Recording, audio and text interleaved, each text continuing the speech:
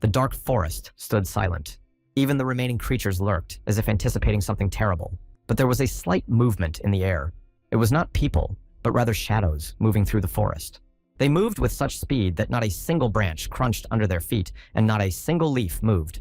But now the gang leader stopped, and his body tensed like a predator's in joyful anticipation. The goal had been reached. The whole gang stopped after the leader in front of a clearing where a man wrapped in blankets was lying near a fire. The leader grinned wickedly, and his eyes glittered with cruelty. He slowly drew out a short, sharply sharpened knife. A quick movement followed.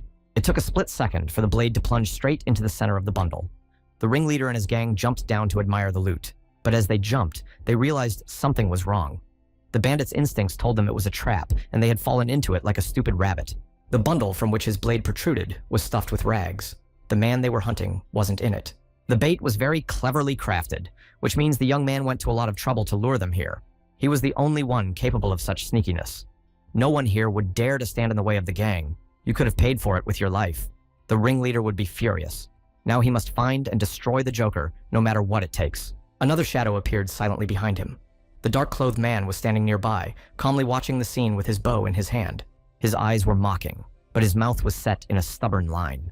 And despite his young age, it was immediately clear that he was not to be trifled with. Then the gang heard his quiet voice. The boy was thinking out loud.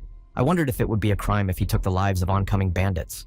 Continuing his reasoning, as if he didn't have a dozen thugs around him ready to rush at him at any moment, he picked up a long, thin stick. The next moment, apparently having made up his mind, the young man drew the bowstring using a stick instead of arrows and pointed the weapon in the direction of the bandits. But the criminals had already calmed down and assessed the situation.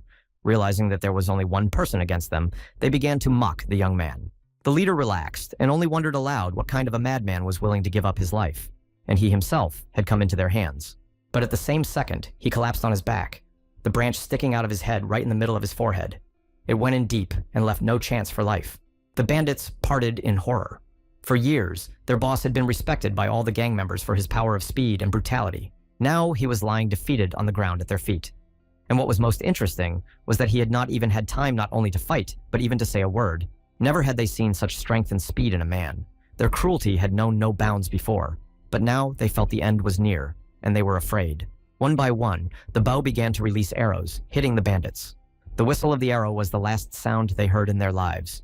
The gunner remained unperturbed. He kept shooting and fearlessly counting how many bandits he had already managed to hit and how many remained. The bandits fell to the ground one by one. Their leader had made a cruel mistake, and it had cost him his life. The branches could hit harder than real arrows. No one even tried to run away. It was clear to each of them that these were their last minutes. All they could do was pray. It only took a few moments for a gang of bandits to leave a few men behind, and the lives of those who did hung in the balance. The bowstring tightened once more. It was clear that the archer was going to finish the job at all costs. One of the bandits' nerves failed, and he begged for mercy. All his courage was gone. All that remained was fear of pain and eternal eclipse. Another shot was exactly on target. The last thug screamed from the tree and fell to the ground with a thud. His eyes remained open for a few more minutes. He must have been remembering everything he'd done in his life before he went into eternal darkness. The young man went down to the clearing and took the package that served as bait for the ringleader and his gang and thought about it. It was important not to leave any traces behind.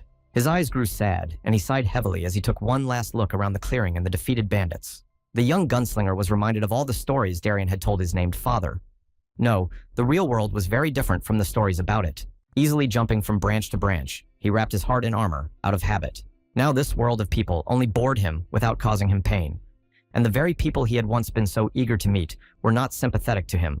This time, the representatives of the most powerful families of the kingdom were present at the meeting. The leader had gathered them for a reason. He was troubled by the native forest that was part of the demon kingdom. Long ago, it had been barricaded to keep the inhabitants safe from demonic creatures. But the unused land of the forest kept the greedy nobles busy. They were willing to risk their safety for profit. The leader had his own plans for the native forest. Demonic power was beyond his control, but he was determined to send anyone he didn't want into the forest. And even the council members, who had seen a lot, were surprised at the cunning and cynicism of their leader. But they liked the plan. Getting rid, once and for all, of the unwanted personalities in the kingdom would solve all their problems for many. However, the Dark Kingdom knew no mercy, and the young child was ruthlessly ripped from his father's arms. In front of the grief-stricken parents, under their cries and pleas, the baby was handed over to the clergy, and then laid by the fire in a circle.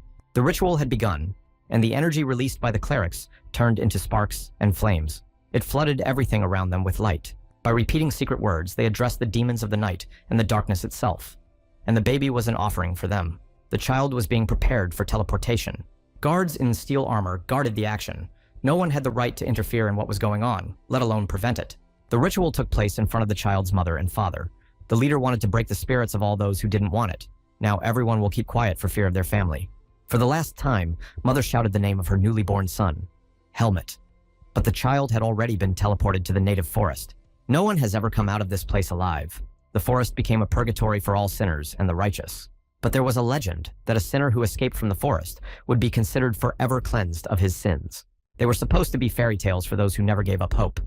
But sometimes fairy tales are meant to come true. And so, not a child was born, but a child with a seed of darkness. Once in the forest, the baby cried out in fear. He was not used to being alone when he was brought to a loving family. In addition, the baby began to feel cold, thirsty, and hungry. His cries became increasingly louder and more demanding. The struggle to survive at such a young age was not lost on him. The power that the seed of darkness had nourished had awakened in his heart. 10 days later, the baby was spotted by a predator. It was a huge leopard that had come to claim its prey. The power of this animal's body would have terrified any living creature, and the ferocity in its eyes usually killed its prey faster than its sharp claws and fangs. But approaching the child, the leopard did not attack, and sensing the cub, the animal showed mercy. The leopard picked up the package with the baby and went to its den. 10 years have passed since then. The child has not only grown, but from a fragile infant to a sturdy boy with a stubborn character. Helmut was independent at the age of 10. Thanks to his strength and agility, he defended his right to hunt small animals on his own. This time he was on the trail of a hare, but he carelessly spooked it. Now he was running at full speed through the forest, trying to catch up with it. The hare was young and agile and was not going to give up so easily. But the boy had too good a teacher, so the animal didn't stand a chance. In a moment, Helmut leaped and seized the hare with both hands. It was a triumph, his first real prey. He exulted. Elga was watching the hunt closely. She was the one who had rescued the baby many years ago and raised it as her own cub. She felt proud now. She jumped down from the tree and approached softly, squinting at the loud, triumphant cry of her foundling. Helmut clutched the hare tightly in his arms. Elga was truly proud of herself and her apprentice. Today, for the first time, he proved that he had mastered hunting, even though it was only rabbits and hares so far. The animal bared a sharp claw and carefully pulled something from its prey's body. It was the core that all demonic forest dwellers carried. The boy reached for the kernel. He had heard many times that eating it was enough to restore his strength and prolong his life. But at the same second, he received a powerful slap with his paw and flew far away. The blow was not painful, but it was very hurtful to him. Helmut was furious. It was his prey, and he had the right to eat that core, but he was not allowed to fully enjoy his victory in the hunt. When he calmed down a bit, Elga explained that only demonic beasts could eat the core, but not humans, and the boy was human despite his strength. If a person eats this nucleus, he will never be able to leave the forest again and will finally turn into a demonic animal. The boy was too young to understand it. To him, these stories were nonsense and fairy tales. He liked living in the forest and knew no other life. He reminded his teacher what she herself had told him more than once, that he had no chance of ever leaving the forest. Then it was worth worrying about. Such conversations happened often between them. But this time, Elga remained serious, and as if she was deciding to have a conversation. Helmut sensed this and looked at her questioningly. Helmut felt it and looked at her questioningly. Elga sighed and made up her mind. She began to tell her that Helmut had a chance to leave the native forest, though it was a slim chance. The boy refused to believe his ears. All his life, Elga had been telling him there was no way out. But one encounter changed her mind. The young hunter was wary. Who could LJ have met, and why she hadn't told him about it at once? Her words didn't immediately reach his consciousness. Human. It couldn't be. She had met another man here in the forest. One, just like the boy himself. Helmut stopped like a stumbling block. All his life he had dreamed of meeting his own kind and had been afraid to admit it. And now he had this chance. Seeing how the boy reacted violently, Elga began to regret what she had said. After all, people lived so little, and she didn't know if he was telling her the truth. But the young man's eyes were already stubborn.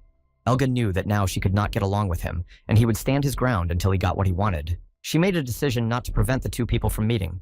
After all, everyone has the right to learn about their origins. Elga said that when she first met this man, he was in the prime of life.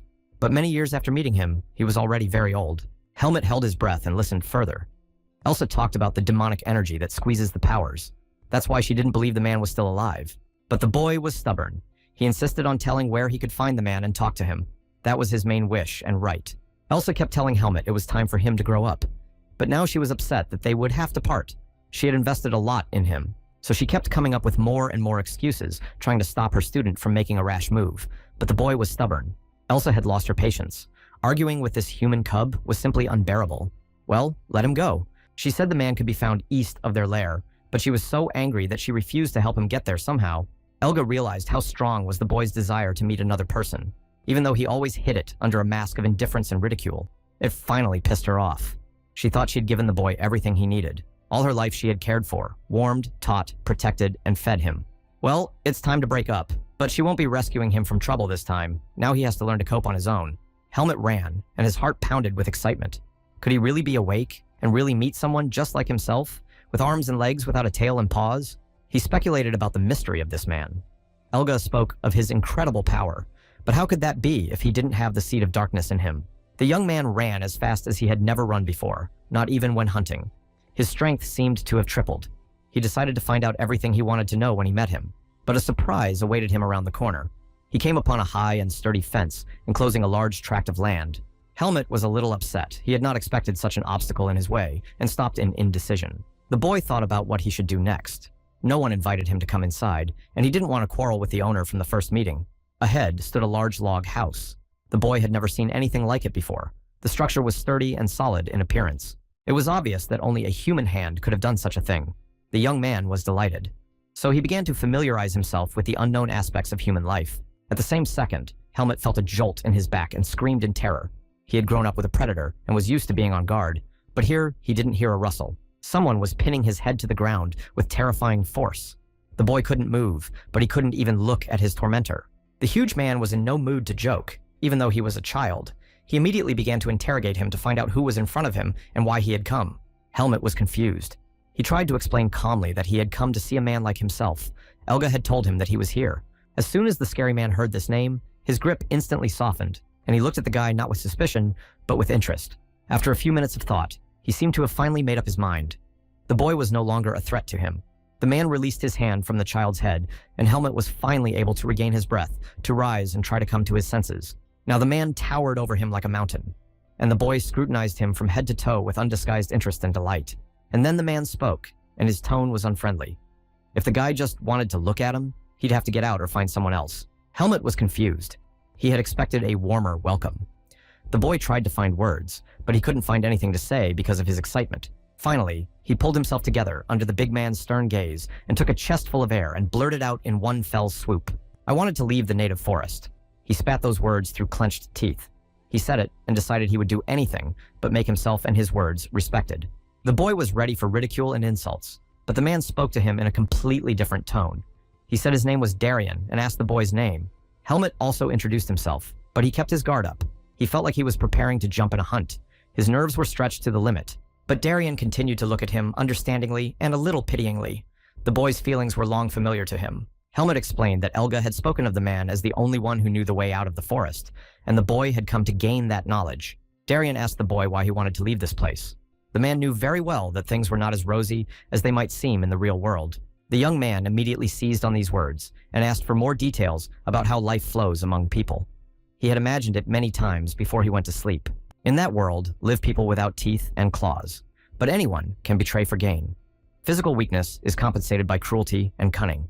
But Darian had questions too. He wanted to know if the boy had been born in the forest, or if he had been brought here after birth. He realized that there was a seed of darkness in the young man. The story interested him. He was beginning to like the boy, even though he was a savage. Usually men like him are killed at birth. If he was pardoned, the boy was probably a nobleman, and his parents were of noble birth. At that, Darian stopped questioning and seemed to make up his mind. He also casually mentioned that he owed the cat, referring to Elga. It was time to make some serious decisions. Deep down, the man knew that time would come someday. He began to explain to the boy that the reason for his life in the forest was the seed of darkness he carried in his chest. For this, the people had feared and hated him as a child. And as long as the roots of that seed are present in his body, humanity will not accept the young man. Hatred and persecution will be his companions. Darian stopped and looked at his companion. Would the boy still want to leave the forest when he heard the harsh truth? But Helmut's gaze was full of determination and stubbornness. He had dreamed of returning to his world for too long to give up so easily. The man looked at him with a chuckle. The boy reminded him of someone from his youth. So without ceremony, he grabbed the boy and walked with wide strides toward his dwelling. It was not worth delaying the training. Helmut screamed in frustration as he found himself in the man's arms. He wasn't used to being treated this way, and he didn't like it. Darian only grinned at the young man's rage and his ridiculous attempts to get out of his grasp. On the way to the house, the man pondered aloud. The boy was waiting for his first lesson. If he wanted to live among people, he had to become a human being himself. They continued on their way. The boy was hanging by the man's strong arm, still angry. But when he realized there was nothing to be done, he decided not to waste time on nonsense. The man said that he would have to pass a special barrier to get out of the forest. But first, he will need to train long and hard to become stronger, and only then to find the right way out of the forest. He would need the help of a guide. But who that would be, Darian could not yet answer. It would have to be resolved in time. The boy hesitated for a moment. Until now, he had always considered himself quite strong. But now he realized that he would have to reconsider his views on strength. They approached the house, and the man explained that from now on, he would be the boy's teacher. He would do whatever he was told without question. All the objects in the house were unfamiliar to him, and he didn't know how to handle them. Darian calmly explained to him the habits of ordinary people. The man once again asked him if he wanted to leave the forest. He had no time for the child's whims and complaints. The young man clenched his fists and remained silent. He realized that he would have to learn a lot more before he could understand people, and most importantly, he would have to learn patience. In a separate room where his master had brought him, there was a strange object. The boy looked at it with interest and asked questions. The man explained that it was a bed on which people rested after a hard day and slept at night. Helmut immediately decided to try it out for himself. The bed was indeed much more comfortable than the grass the boy was used to sleeping on. It was finally time to rest. But Darian only gritted his teeth. There was no need to be lazy, and it was time to get down to the real business. Helmut struggled with the difficult task and began to examine himself. He was not used to wearing a shirt. It cramped his movements and was very uncomfortable. The teacher warned that he should be careful with his clothes because there were no other clothes, so it was not worth tearing and dirtying it. The boy and the man went into the forest. Darian had a lot to tell, and he decided to start by showing them what people eat. The boy raised by a leopard was used to eating raw meat. That's why he had never tasted any other food and didn't know how to cook his own food. The man pulled a root vegetable out of his bag. It had a core inside that poisoned everything with its demonic energy, even after it was removed. But there was something in this world that was beyond the control of the dark forces. Water. It was capable of cleansing any food of demonic energy. After rinsing the root vegetables, Darian held one out to the boy. He took the new food with interest and disbelief. It didn't look very appetizing, but once he tasted the root vegetable, he appreciated it. It turned out that these plants he had seen so often in the forest were quite edible. He also ordered the young man to fill buckets with water and made him carry them himself. Helmut flared up again, though he tried to hold back. Of course he realized he had much to learn from the man, but why should he be the one to do all the dirty work?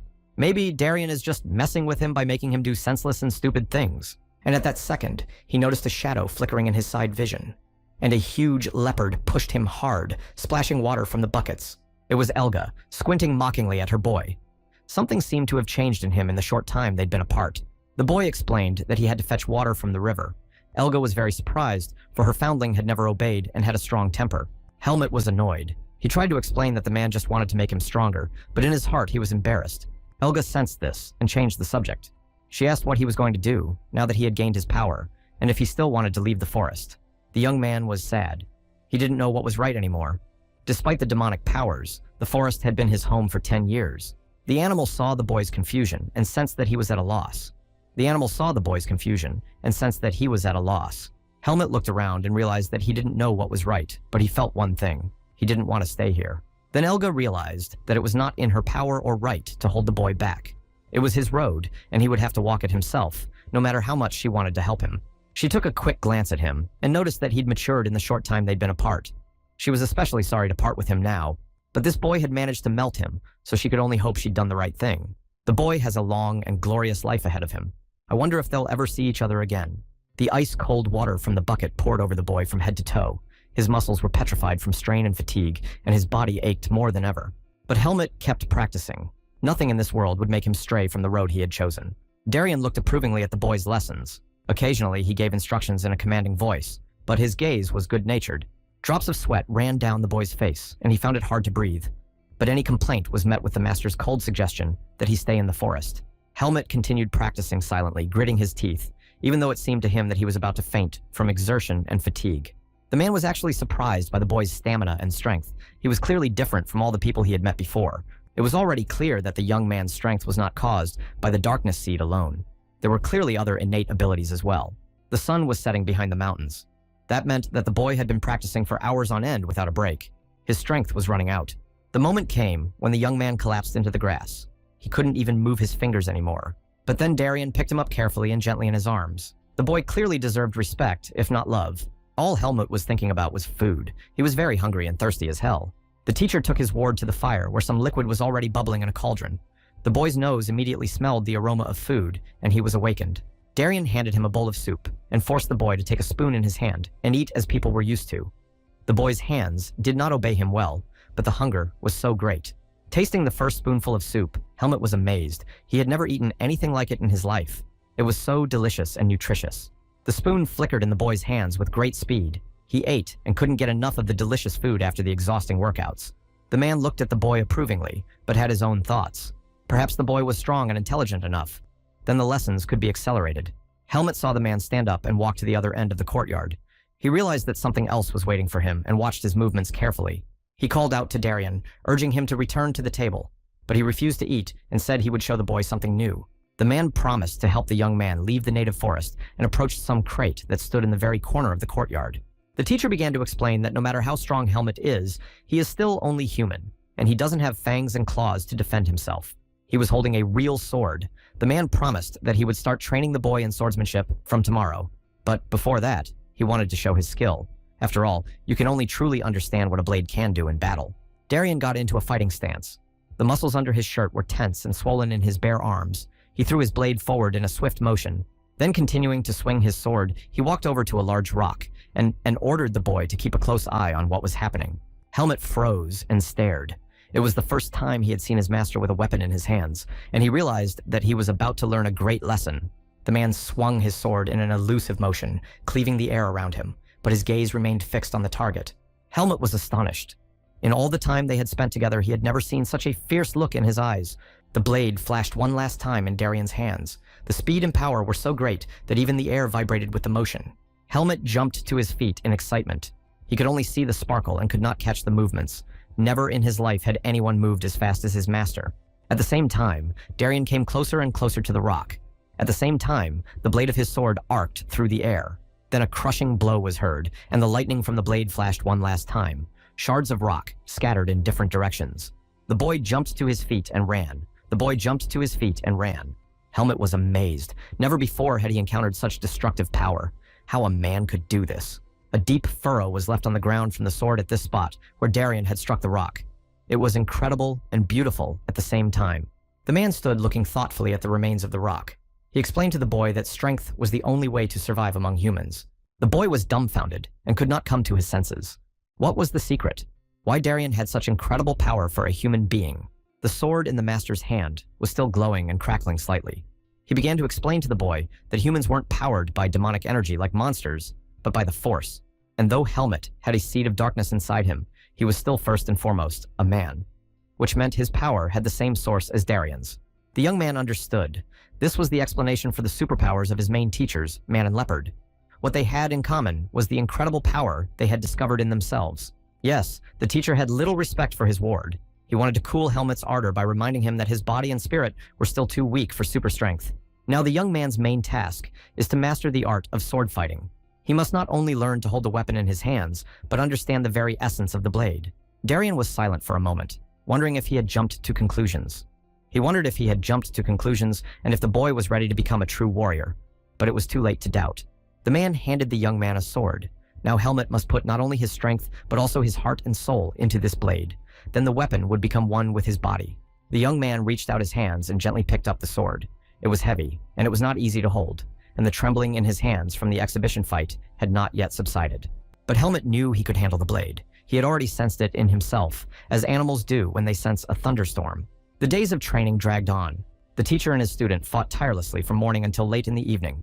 In ordinary life, Darien treated the boy warmly, but during his training, he would not let him get away with it. He knew the young man's stubborn nature, so he tried to teach him obedience and respect. Getting another beating, Helmut was angry. He didn't notice any mistakes and believed that he was doing his best, thinking that the teacher was being unfair. The boy's impatience grew daily. Time after time, he asked the teacher when he would be ready to set off. But the teacher was adamant.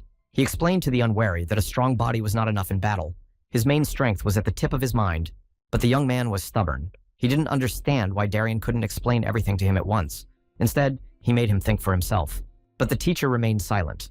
The boy needed to grow up and become a man, and in that, helpers could only get in the way. The man watched the student and thought about all the boy's oddities. He could not help but recognize that although he was lazy in his studies, he was extremely capable. Of course, the seeds of darkness within him had done their work, but there was no denying that the boy had incredible resilience and determination. Darien thought about the fact that he had never met children like this before. There was something extraordinary about Helmut, and it was hard to argue with that. In one of the training sessions, seeing that his student was completely confused, the man decided to help him. He chose an original method, like everything else he did. He swung his sword, and it whistled through the air in an arc, gaining speed and strength. Darien smirked smugly at his joke. He had once again proved to his apprentice in practice that he was right. The boy's body and spirit had not fully recovered. The young man was out of his mind. He was offended by his teacher and didn't understand why he kept hitting him more and more. They were painful not only to the body, but also to the soul. But the teacher only waved it off and asked if the boy understood the difference between the two blows. He had felt them on himself, and so this lesson was more visual. But Gilmet was stubborn. He stood silent and glared at the man. He did not want to answer, for he was still angry with his teacher. Darien understood that he was not an easy man to deal with either, so he decided to leave his apprentice without supper. Gelman realized that he was going to lose in this game anyway, so he decided not to take any more risks. He shouted to the teacher that he seemed to understand everything. The blows he received were different because they were delivered at different speeds to different places. And then he was surprised. It was strange because all of the teacher's movements were the same, but at the same time, he could definitely feel that the blows were different from each other. That's right, mastery wasn't about stupid repetition of the same move. If it was, everyone would have superpowers. The main secret was the balance of body and mind. Only then did the strength of the muscles and the speed of movement endow the sword with energy. In the future, Gilmet had to learn to control himself. That was the main goal of the training. The mind must master the body, not the other way around. Darien promised that the path for the boy would open when not only his body, but also his soul would be invested in his every move, in every stroke. The young man listened to every word his teacher said, and now he began to understand the meaning of everything he said. He was growing up too fast for his age. But then came a solid slap on the top of his student's head from the teacher. He called him a real woodsman for his stupid and thoughtless swinging of the sword. And then during the lesson, the boy applied the knowledge he had acquired and was always ready. And as a praise, he stopped receiving blows from the teacher. The young man's meditations were not interrupted now, even when he was resting. He looked at the forest around him as if he were seeing it for the first time. Suddenly the boy felt a heavy breathing behind him. He turned around and saw his old leopard friend who had come to visit him again. Throwing a glance at her former ward, Elga could not hide her surprise. Her boy had grown and matured so much. When did this happen, if they'd only seen each other a short time ago? He's obviously been through a lot since he's changed so much. It was already clear that very soon, this yesterday's boy would turn into a real man. Well, time marches on and nothing stands still. The boy interrupted her musings. He remembered what the master had said about his duty to Elga. Yes, at one time, she had allowed this man to live on her land. The boy was surprised. He remembered that Elga hated being neighbors with anyone. Had she not even fought for her lands? That question made her mad. She jumped up to the boy and reminded him who stood before him. She was the owner of the central lands of the forest and ruthlessly destroyed anyone who set foot on her domain. But immediately, her fervor died down. She explained that it was about Naho's two-headed snake. As strong as she was, she didn't want to face him again. The boy had heard of the serpent before. It lived in the southern lands. Elga confirmed this and said that in those distant times, Darien had been the monster's main target. It was all interesting, but the young man was only interested in one thing. Who would win this fight? His teacher or the demonic beast, Leopard? Elga closed her eyes and drifted into the memories of the old days. She had been too young and inexperienced then, but she had her strength. Finally, she shrugged uncertainly. Who knows who would have won? The man was strong too and had a sharp mind. The demonic energy of the monsters of the dark forest can be felt at a distance, but humans are dangerous in that they can keep the force from showing it for a while. The boy wondered. This was exactly what he had talked to his teacher about not long ago. The most important beings in his life had said the same thing. But only one question was important to the young man now. His life could depend on it. So Elga might not be able to defeat the man. The animal sighed and explained that she had thought about it many times and had not found an answer. After all, even Naho, who hated Darien, was wary of attacking him. The boy became wary. Why did the two-headed serpent hate the master so much? What could he have done to him? And here Elga told him how the man had once destroyed one of the zones on Naho's land. He had never forgiven Darien for that insolence.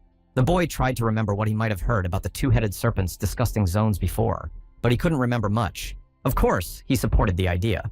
After all, his curiosity knew no bounds, and so did his stubbornness. Elga didn't mind either. When she saw how Gilmet had grown up, she realized that stories alone would not get rid of him. He'd changed a lot. The boy jumped on the animal's back and grasped its fur tightly with his hands. The boy jumped on the animal's back and grasped its fur tightly with his hands. And Elga confirmed his fears. It was one of the scariest places in the native forest. The horrible pictures of torture came into view. Some people beat and abused other people. It was a slave farm. It couldn't be confused with any other place on this earth. If there was a hell, it had to look like this. The sun was shining above, but below were ugly huts of haggard huts. The sun shone above, but below were ugly huts of haggard huts. Their haggard faces were dirty and covered with sweat. The eyes were filled with hopelessness and resignation to their fate. Helmet's soul was filled with compassion. These poor creatures were also human like him, but their fate was much worse. Suddenly, one of the slaves collapsed to the ground under the weight of the heavy burden. He was so exhausted that every attempt to get up was ineffective. At the same moment, the overseer jumped up to him with a scolding. He had a thick whip in his hand, which he often used in dealing with unruly slaves. He immediately began pounding the fallen man, and in his eyes there was not anger, but sheer pleasure. No one dared to intercede for the unfortunate man. The boy had never seen torture before and asked why it happened. Elga explained that the slave was beaten for poorly done work. Two slave girls were also watching the whip torture. They went quietly to the side, but the guard chased them back into the hut. Looking at this picture, the young man's gaze also stopped on a group of girls. They were young and beautiful, in spite of the horror around them. One in particular caught his attention. She had short green hair and eyes that seemed to reflect the bottomless sky. The boy felt an interest in them. He had never seen a female person before, and he immediately noticed some differences between them and himself. At this point, all the women began to be driven into the huts. They were used as food on the slave farm. The two-headed serpent Naho liked to taste the meat of women, thinking it was much more nutritious and tender. But because the women were thin, they were fattened first. So the women did not work on the farm, but waited for their fate. At the same time, the men were used as slaves. They worked hard on the farm all the years that life was still alive in their weak bodies. Among the overseers were their own leaders who kept order in this creepy place. One of them was Sir Arago. He looked out of his hut at the noise of the massacre and came to see what was the matter. But the groans and the pathetic look of the beaten slave did not inspire him with pity or compassion. All he was interested in was whether there were new victims ready for Naho. He was pointed to the girls who were about to become the food of the voracious serpent. One of the girls who had caught the young man's eye took a liking to Sir Arago, and he called out to her. Grabbing the trembling girl by the chin, this man began to unceremoniously treat her like a soulless thing. Finally, he made a decision and announced it. Half dead with fear, the girl realized that she was being taken away for the amusement of the chief overseer. Grabbing her by the hair, he dragged her toward his cabin. And for her, it was not clear what was better, a quick death from the serpent or a long agony from Arago. This man was not only in charge here, he also had the ability to search the forest for people, which means the boy could have fallen into his clutches too. Hearing this, the young man shuddered. At the same time, the villain continued to drag the girl by her hair straight down to the ground. He did not pay attention to her cries and pleas. The young man looked at Elga carefully. His fate would have been just as miserable if she had not protected him as a baby and kept him safe all his life. The boy wondered why the strong and equally cruel Elga had been so gentle with him all his life, even though she sometimes gave him a beating. She averted her eyes. No one in this world could say she had weaknesses, so she attributed her actions to her desire to spite Naho. But the young man had matured a lot lately, and he understood much more with his heart. Elga didn't want to continue this conversation, so to distract the boy, she teased him as before. They had seen everything they wanted to see, so it was time to head back, and the master might have recognized his pupil by now.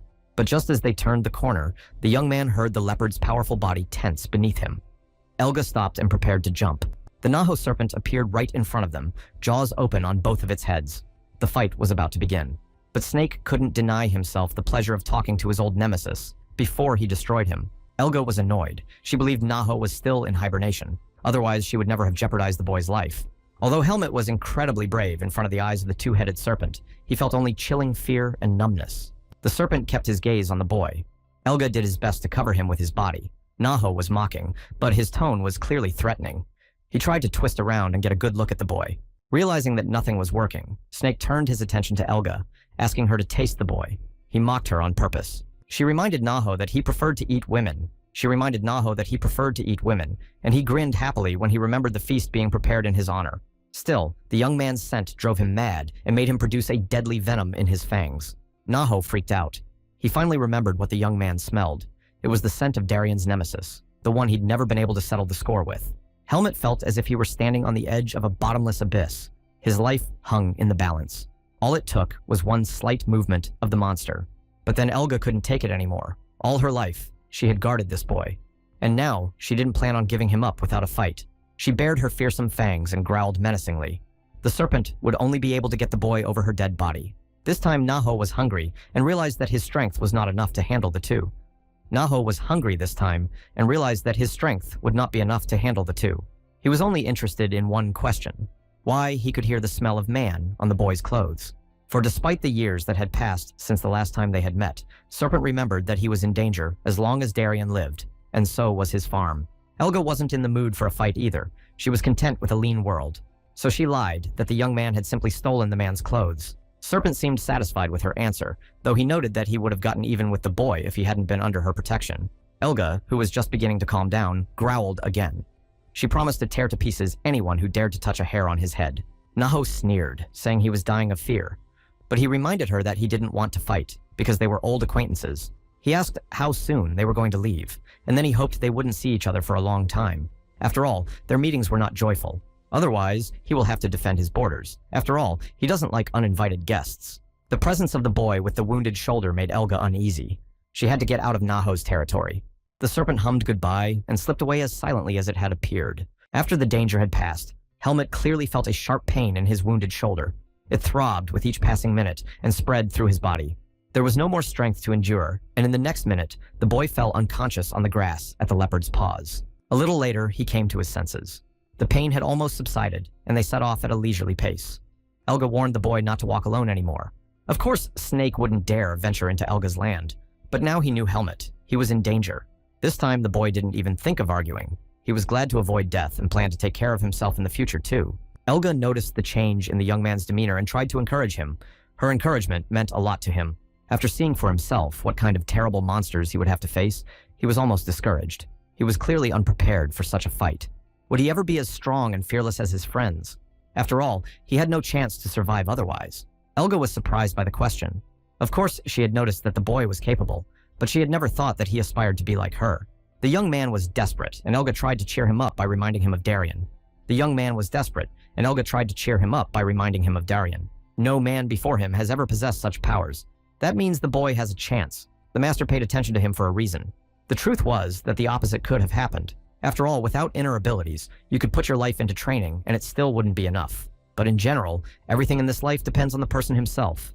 It may not be easy for him, but he should try never to give up. The boy clenched his fists. He decided that he would do everything in his power to discover his strength, and he was a stubborn man. If there was a goal, you had to go to it without turning back. Try and give 100%. The boy's and Elga's eyes met. She realized that everything else depended on him, his character and willpower. Elga sensed the man approaching, and it was time for them to part. She didn't want to see him again, even though Darien didn't make her angry. When Darien saw the boy, he was displeased. He realized at once that he was spending time with his old friend again. The boy was confused and thoughtful. His thoughts were far away, so he couldn't find anything to say to his teacher. The man noticed his condition and did not bother him with further questions. The evening was approaching, and it was time to go home. But Helmut continued to stand like a stumbling block. For the first time, he had to think hard about his past and his future. Today, he had grown up for many years. The two creatures closest to him were going their separate ways, and the boy had to choose which one to go on with and which one to leave behind forever. Elga felt his gaze and turned around. He didn't have to worry. She would always support him no matter what he chose or where you went. She will always watch over him as she would watch over her own son, and if necessary, she would give her life for him. Even though the boy was too young, he was beginning to realize how lucky he was to have friends. He was now under the protection of two of the strongest creatures in this forest, and he wanted very much to be one of them. Only a human could unlock his power, so the boy turned around and followed Darien. He woke up with his teeth clenched tight.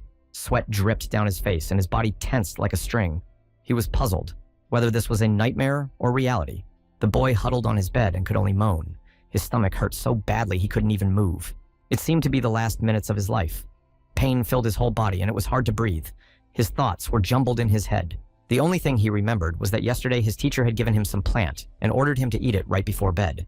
The leaves were unfamiliar to the boy, and the specific smell of this herb did not arouse his appetite. So the young man asked what it was and why he needed it. Darien's answer was unexpected. He said in a dull voice that it was a poisonous herb, simply poison. The boy was stunned, but as soon as he tried to speak his mind and refuse, he immediately flew aside. This poison will help suppress the energy of the darkness seed in him.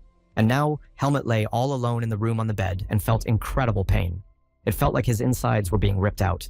Despite this, he was not cowardly. The boy now always remembered his ultimate goal. He was ready to suffer for it as long as it took. He couldn't stay alone any longer, so he called his teacher for help. What was that poison that was causing him so much pain? But Darien did not hear him. The man was far from home at this time. Watching the moon, he couldn't help the boy, but not because he didn't want to. He pondered how much more time he had in reserve. 4 or maybe 5 years.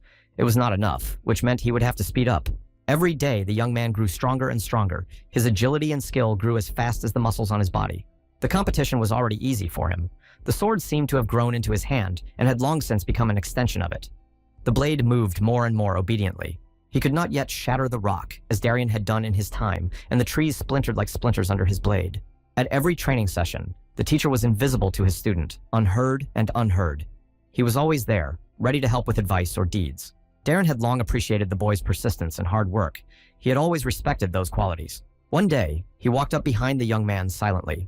The teacher noted that the boy spent most of his time with a sword in his hands. It was true. Helmut enjoyed the agility and strength of his body. His vision became sharp and his kick precise. The boy wondered if his new power had something to do with the poisonous herb he now ate every night, and Darien confirmed it. In spite of the increasing effect of the poison, the young man's stomach ache was gone, and now he felt more awake and healthier in the morning than ever before. Hearing this, the master made a decision. The young man had been eating the poisonous herb for a long time. It was time to start. The man asked if the boy remembered everything he had told him about the Force in the early days of their acquaintance. These abilities cannot be seen or touched. They don't exist in the physical world, but everyone can develop infinite power in themselves if they just want to. But the body had to be ready. Otherwise, the Force could simply destroy a person from the inside. That's why the boy had been preparing for so long. But now the hour had come. Darien felt that the boy's body and mind were now in harmony, and so it was time to move on to the main lesson. The young man froze and caught every word of his teacher. At last, he would begin to learn what would help him to get out of the forest and live among people. The man stood opposite him and was also focused. He must pass on all his knowledge to the young man, and only time would tell if he was wrong about him. Darien grabbed his sword and stood. His hair fluttered in the wind, and the muscles in his body tensed, as if he were about to leap. Standing with his back to the boy, he took his hand with the blade to the side. He was ready to attack. The teacher took a deep breath and then let out a loud battle cry. Then he turned to face the young man. His eyes were focused on the target. The sword began to move, slowly at first, then faster and faster. As if incandescent with its master's energy, it glowed. The boy watched his every movement carefully. Attacking the teacher continued to explain. Now the young man had to learn how to transform the energy within himself and channel it outward. He had to focus and redirect his power to the tip of the blade. Enchant it. The teacher paused and gave the boy time to consider what he had seen and heard. It was time for the first real battle. The young man grabbed his sword and stood in front of the master. He could sense the warrior's impatience. The swords swung up. Helmut tried to absorb the energy from the outside and redirect it to the blade, just as Chagodwek had taught him. Darien began to attack. Despite the speed of his movements, his breathing did not falter, and he continued to calmly explain the boy's mistakes. The young man tried to remain calm and easy to move, but it was not easy for him. He realized that he was losing in strength and agility. For the first time, he felt the power of his master on him and was amazed. He realized how insignificant he was. The teacher explained to the boy that if he lost his momentum, his power would oppose him and simply break his body. The struggle continued, and the young man tried his best.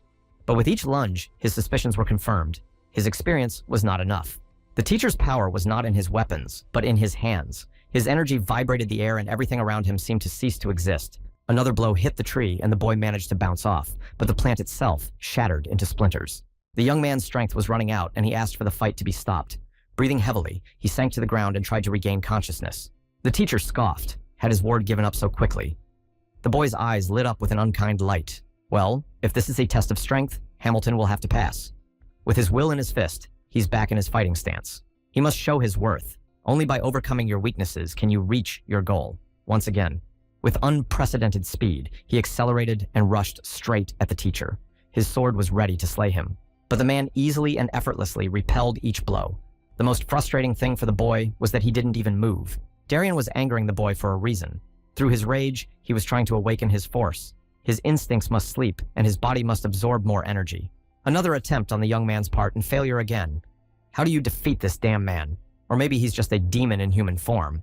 The teacher stopped defensively and delivered another crushing blow. The boy flew far to the side and didn't even try to get up this time. Sweat dripped down his face.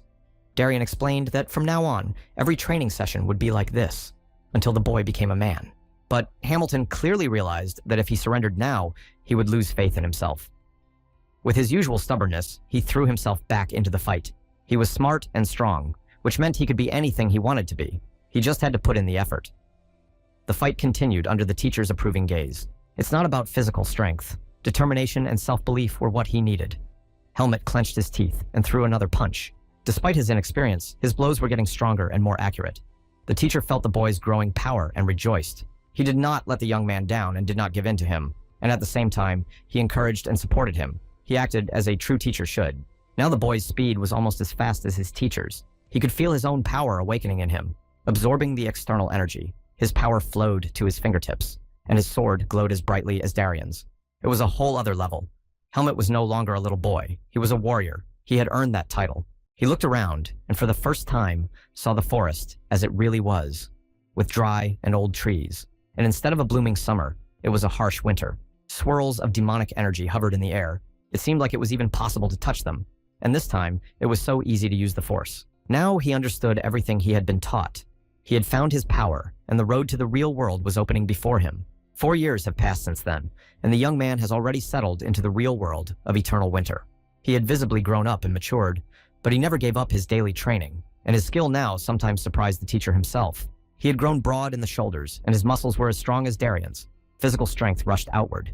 After chopping up a pile of trees with his sword today, he decided to finish his training for now and get some rest. A branch crunched behind him. The boy turned around and saw the teacher. He had often looked at him during training and knew he was watching. Darian noted that his apprentice had grown and strengthened a lot, but the young man was not yet confident in his abilities, so he decided to continue training and have a duel. The teacher didn't mind, but before he did, he asked me to demonstrate my power. Helmut was stubborn. He wanted to learn, but every time he showed his strength, his teacher said he was too weak, and refused to fight him. But it was dangerous to argue with Darian. He couldn't stand to be crossed, so the boy closed his eyes and tried to concentrate. The teacher watched him silently, not helping, but not hindering either. He was ready to give his student as much time as he needed. Energy swirls could be seen around the boy, and his sword glowed. Once again, Darian marveled at the boy's ability and talent. Gilmut was not even aware of the thoughts the man had when he looked at him. He rarely complimented him, though he treated him well. The teacher was sure that the boy would turn the world upside down in due time. His power was clearly enough to disrupt the routine. The main thing is that Gilmut should not go over to the side of the dark forces under the influence of the seed. Otherwise, the world would be in great danger. There was nothing to be done. It was time to let the boy go out on his own. He must decide for himself. Helmut, who had not expected such words, was stunned, and he thought he had many more years of training ahead of him. What was ahead of him now? It was too sudden, and the young man looked at his master carefully. He wondered if he had decided to play a cruel joke on him. But no, Darian was as serious and a little sad as ever. The boy did not dare to ask the main question. The teacher himself confirmed his hunch. It was time to leave the native forest and go to the real world of men. The core of darkness that grows deeper every day in the boy's body will prevent him from passing through the divine barrier, so we must hurry. The teacher explained that there might never be another chance like this again. The boy, filled with gratitude, threw himself into his arms. Then Darian pulled back and grew serious. He began his story about the human world and the way there, and Helmut listened attentively and memorized every word. The teacher said that in one place, the divine barrier had a weak spot, which meant that the chances of getting out of the forest in that place were greatly increased. It was there that Helmut would try his luck. Although a breach in the barrier could not guarantee a successful outcome. Because of the seed of darkness in the young man's chest, the chances weren't very good. He should have taken full advantage. Helmut wondered where that gap in the barrier was. He had never heard of it before. The teacher's answer discouraged him. Darian didn't know exactly what it was, but he could point to someone who did. Aruga, the head overseer at the slave farm, had the knowledge. Helmut would have to find out the details from him himself. The young man shuddered. He had no idea that he would have to return to the land of the two-headed serpent. And this journey would not be a pleasant one. Helmut thought about it. Elga had always said she would help him with whatever he was doing. Maybe he should go to her this time. The teacher still needed to give as much detail as possible about the human world. He realized that the young man would face many obstacles. The boy has spent his entire life in the woods, and so the real world can seem like a real miracle to him. But his teacher cautioned him.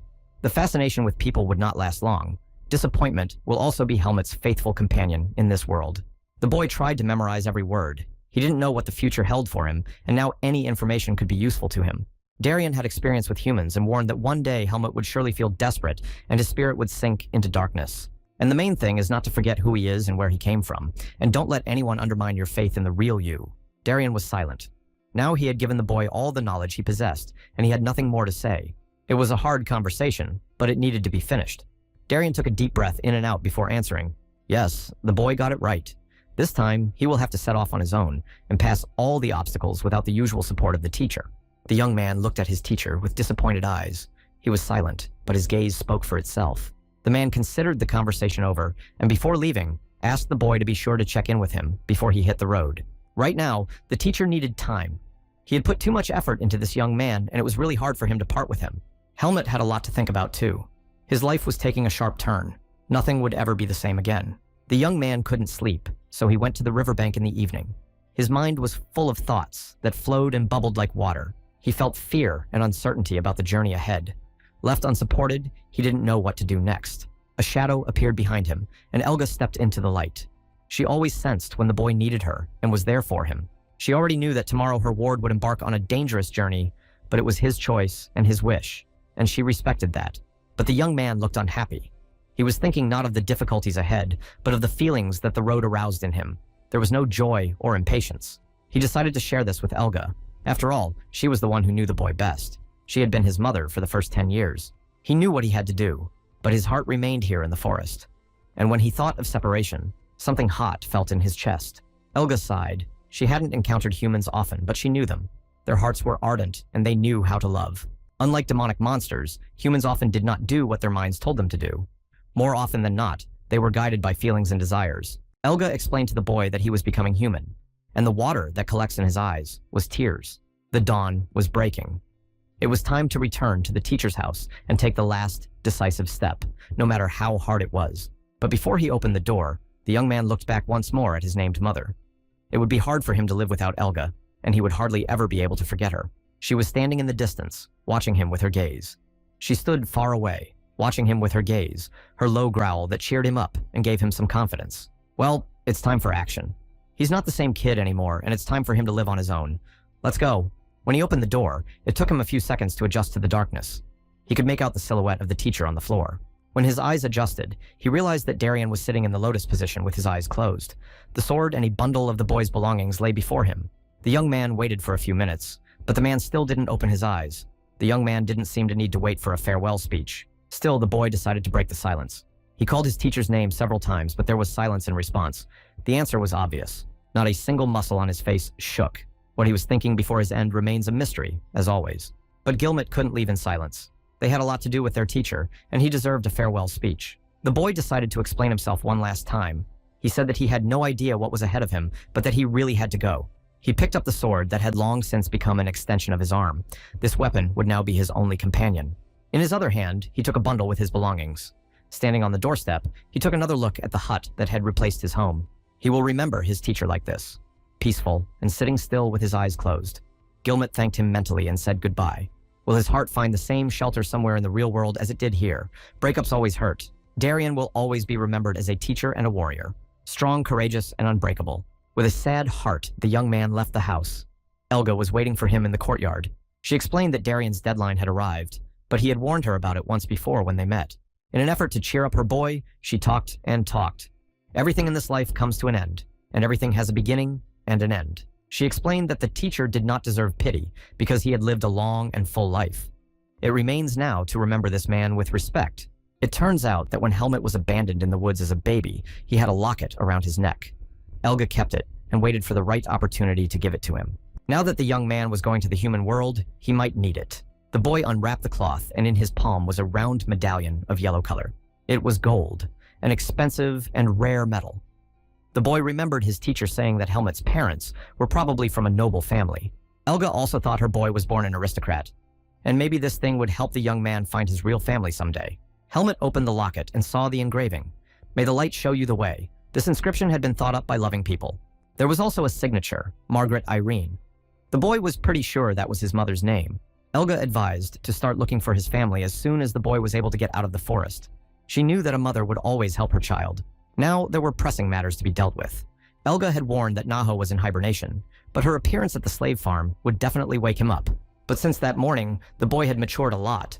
So he calmed his friend down and assured her that he could handle everything himself. Helga could only accept it and let her friend go. He might not have a second chance to leave the forest. She had never been sentimental.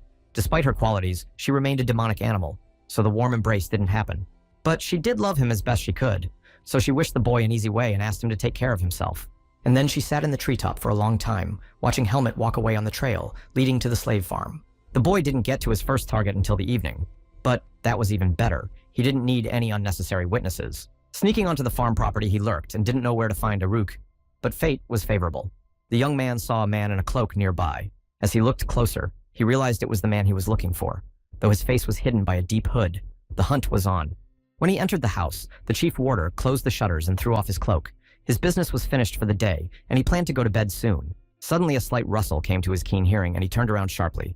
But he saw no one and thought it was a mouse. Extending his index finger with a long painted nail, Irugo lit the candle with magic. And this time, he heard the noise again, but more clearly. A chill ran down his spine. In the same second, the cold blade of the sword touched his throat, and he clearly heard a whisper, ordering him not to move. For centuries, dark magic has been used by cowardly and decrepit mages with dark souls.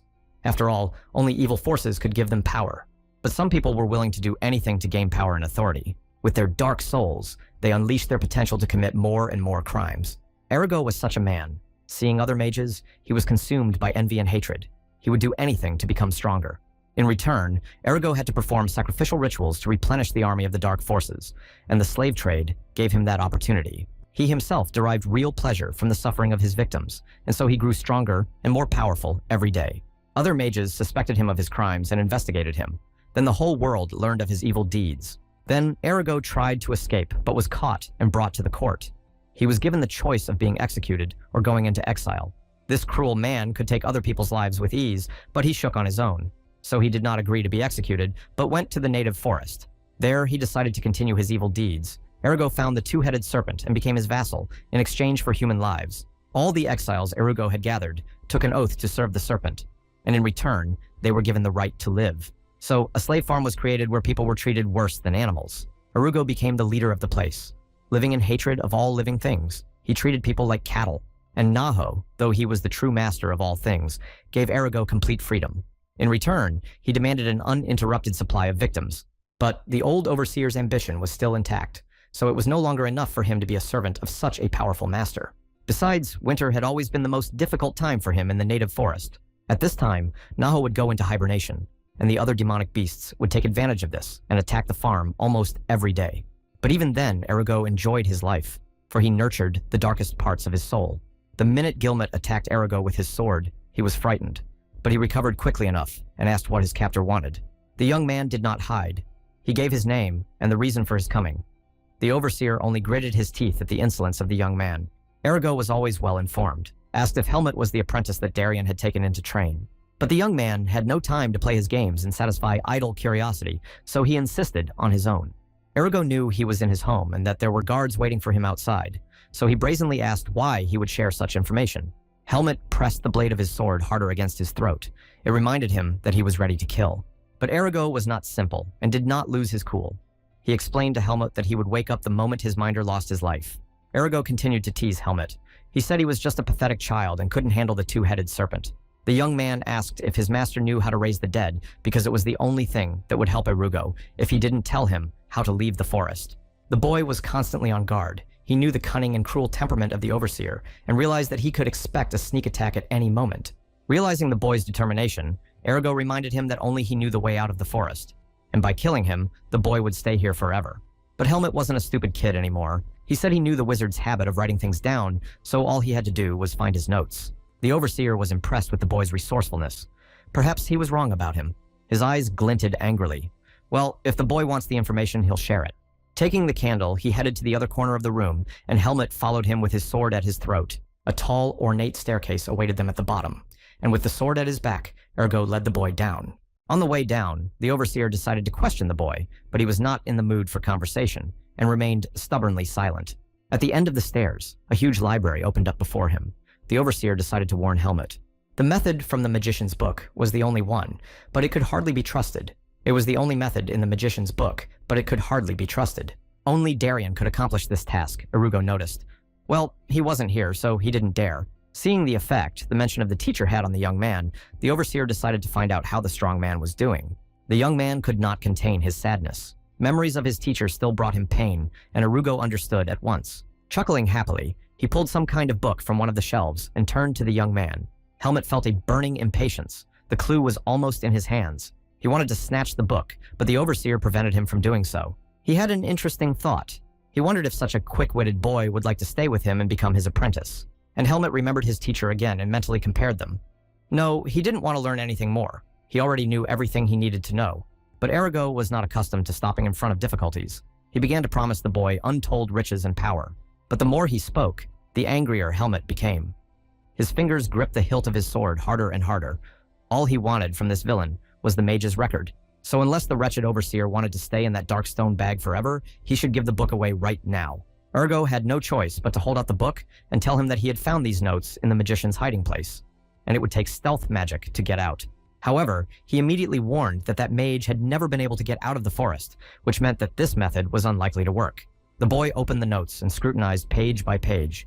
In them was his key to freedom. There was a detailed description of a waterfall that combined demonic energy, divine barrier, and neutral water. Irugo hummed happily, he reminded. The barrier's energy would still instantly vaporize anyone carrying demonic energy. Despite the breach, Helmut had gotten what he wanted, and it was time to let the overseer go. He didn't need his miserable life. The boy wondered. Of course, Irugo was a monster, but Darian's lessons had not gone to waste. The teacher repeatedly said that no one has the right to dispose of another's life. The boy would have been dead a long time ago, too, if everyone had killed thoughtlessly, and I didn't want to let his misdeeds go unpunished, so Helmut put all his strength into his fist and punched Irugo in the chest. The blow was so strong that the overseer flew far to the side and screamed in pain. Then Helmut took the rope he had saved in advance and tied up the rogue. The young man felt squeamish and angry, so when he was already tied up, he couldn't stand it and hit him again. Before leaving, Helmut advised Irugo not to do any more evil and to remain sitting still until he was found in the basement. But Helmut was calm and no longer afraid. He got what he came for. He felt confident, and an inner voice told him that he would succeed now. A furious Irugo remained tied up in the basement. He struggled for a while to break free of the bonds, but then his strength was gone. What made him angrier than anything was the fact that his authority had been undermined. No one dared to treat him like that. Anger and thirst for vengeance bubbled within him, awakening his strength and energy. Feeling stronger by the minute, he was getting more and more passionate, thinking only of revenge on the boy. And behold, his dark energy burst forth. He called out to Naho in a terrible voice, asking for an awakening. The floor and walls in the basement began to shake, and every inch of the room was filled with dark energy. At some point, the stone slabs of the floor began to crack and fly upward in chunks, as if from a blast wave. It was the two-headed serpent himself who came calling, angry and hungry Naho. His voice shook with rage, and he was ready to tear his faithful servant Irugo to pieces for daring to wake him so early. The overseer knew that he could pay with his life for such an act, and hastened to assure his master that he could explain everything. He told Naho that Darian had died, and his brazen apprentice had come straight to the slave farm and attacked Irugo. The serpent's nostrils quivered with rage, and its mouth opened predatorily, revealing sharp, huge fangs. Irugo was afraid to look up. He knew that if his master's anger fell on him, he would be in trouble. But the villain had his own plans, and his dark soul was rejoicing. Now he had a chance to get rid of his sworn enemy's apprentice. Now it was necessary to act quickly, and without wasting a second, to go in search of the boy, while he was still on his lands. Irugo was pleased. By taking revenge on his enemy's apprentice, and not by his own hands, he could restore his reputation and not feel insulted. The overseer remained sitting tied up in the cellar. But now he felt at ease. Wherever the young man went, the serpent would follow him. The boy had no chance to live after that. Now this upstart's gonna get what he deserves. Meanwhile, Helmut ran with all his might toward the waterfall that was described in the mage's notes. Now he had time to think. There was a long road ahead and a bright, starry sky above him. Belatedly, he realized that he had to kill that sneaky dog Irugo. The man was notorious for his meanness and could be expected to do anything. Helmut looked around and noticed that the demonic beasts were running beside him without looking back, and their eyes were filled with fear. The young man wondered. Never before had he seen monsters so desperately afraid of something. What it could mean. Then a terrible thought pierced him and made his heart beat several times faster. He realized his hunch was correct. It could only be Naho, summoned by the overseer. The young man was finally beginning to run out of energy as he made his way farther and farther away. He had run a great distance, but was still on the ground of the two-headed serpent. The world around him was clearly imbued with demonic power. Energy vortexes became visible now and then and soared through the air. And suddenly Helmut felt that the tension around him had reached its maximum. There was complete silence, as if in a vacuum. Danger was in the air and loomed over the young man. He gripped his sword tighter and braced himself for the inevitable. His premonition had not deceived him. A second later, hot air touched his face, and a two-headed serpent appeared in front of him. He seemed to be in a peaceful mood. Naho greeted the boy and told him that he had been anticipating their new meeting for a long time. But this time, he didn't plan to part with the boy anymore. Elga wasn't around now, which meant no one would save him this time. Well, Helmut had no choice. A dangerous battle awaited him, and only one of them would live afterward. But Naho only laughed merrily. He was amused by the boy's determination. He didn't take him seriously. He knew his power, and so he played with the young man like a big cat plays with a weak and defenseless mouse before eating it. But long conversations were not in Naho's plans. He prepared to attack the boy and get rid of him for good. Suddenly, the serpent reared up, and a column of snow and dust erupted from the ground beneath it. Helmut barely had time to jump aside. The surge of energy was so strong that clubs of snow and wisps of earth rose high above the trees, reaching the sky. The energy current seized Helmut and almost knocked him off his feet. He had to do his best to stay on his feet. Darkness covered the forest, and nothing could be seen ahead, but the young man kept his guard up and was ready to fight. Suddenly, he heard the mocking voice of a snake nearby. It was mocking the boy for trying to survive. In a second, the darkness cleared, and Helmut saw that he was surrounded by the rings of the snake's body. He jumped sharply to avoid Naho's deadly bite. The serpent only chuckled. Such a game atomized his appetite, and he knew he would get more pleasure from the victim. In an instant, the two heads of the snake were right in front of Helmut's face, and the boy felt terror gripping him. It was time to apply everything his teacher had taught him. He closed his eyes and tried to concentrate. There was no more point in running away, so it was time to fight. It was better to die in a fair fight than to be stabbed in the back while running away. He concentrated all of his power. At that moment, Naho released a core of dark energy from his mouth. It pulsed and shimmered and grew larger the closer it got to Helmut. The young man realized that his hour had come. With an effort of will, he calmed down, gathered his strength, and jumped towards the serpent. He did a somersault in the air and managed to get around the ball, and Naho, not expecting resistance, had no time to react. Helmut landed right on the body of the serpent, and it flashed through his mind that the teacher would be pleased with him, but there was not a second to lose. The energy flows knocked the young man off his feet, and without wasting a second, he rushed straight to the serpent's head. He drew his sword in midair and tried to remember everything he knew about Naho. He had strong energy, but he had weaknesses. The serpent realized that he was wrong about the boy's agility and strength. He wouldn't be able to deal with the little man so easily. Meanwhile, Helmut had already managed to leap up to the snake's snout and point the tip of his blade at its eyes. In a second, it was clear that the sword had hit the target, and the young man's expectations were not deceived. The snake growled furiously and wriggled in pain and misery. Helmut was right. His eyes were his vulnerable spot. Now was the perfect moment to finish off the snake, but the boy had expended too much power, so it was better to just leave. As Helmut ran away, he could still hear the wheezing of the wounded snake, and turning around, he saw it wriggling its body. The wounded head screamed in pain, and the other angrily told her to shut up. And then there was a gagging sound, and all sounds stopped abruptly. The boy turned around and saw that one head was eating the other. The young man was dumbfounded and stunned with astonishment and could move no further. The sight was truly terrifying. But here, Naho stopped and hiccuped in satisfaction. He considered all his weaknesses useless, and now he was satisfied. Now it was time to take on the boy and get revenge on him. This fight had gone on long enough. In no time, he had caught up with Helmut and attacked him with renewed vigor and fierceness. Only at the last moment did the young man manage to draw his sword and start defending himself. But his strength was running low, while Naho seemed to have gotten even more energy eating himself. At some point, Helmut lost the rest of his strength and could no longer resist. Under the flow of the serpent's powerful energy, he flew far away to the side. That saved him a few more minutes. Not finding his opponent, the serpent turned his head in surprise. If this little man still had any hope. At this time, Helmut was regaining consciousness. He could hardly breathe, exhausted and stunned from the impact with the ground. After a while, he was able to get up and sit up. His thoughts were not cheerful. The serpent was too strong, and Helmut could only give it one blow. Although he did manage to survive, which was something. In any case, he wouldn't be able to fight in the open, so he had to figure out how to get out of here. But there was another blow of fate waiting for him. He felt the air vibrate again and realized it was the demonic energy of an approaching monster. The snake's smug chuckle sounded behind him. He'd finally found the human brat, and he was ready to get even with him. Helmut leaned his back against the tree trunk and could not move from the horror. He had no strength left to fight. Naho looked alert enough and was clearly willing to pay for the loss of his head. This time, the serpent did not waste time on long conversations, but immediately attacked the boy. He grinned and lunged forward. The air around him electrified and crackled. No matter how tired Helmut was, he clutched his sword tightly in his hands and prepared for defense like a true warrior. It was not in his plans to die now. he still had too much to do. He tried to concentrate as his mentor had taught him. His life depended on it now, and the unexpected happened. The young man first felt and then saw his faithful friend. It was Elga, who took a huge leap and stood between the boy and the two-headed serpent.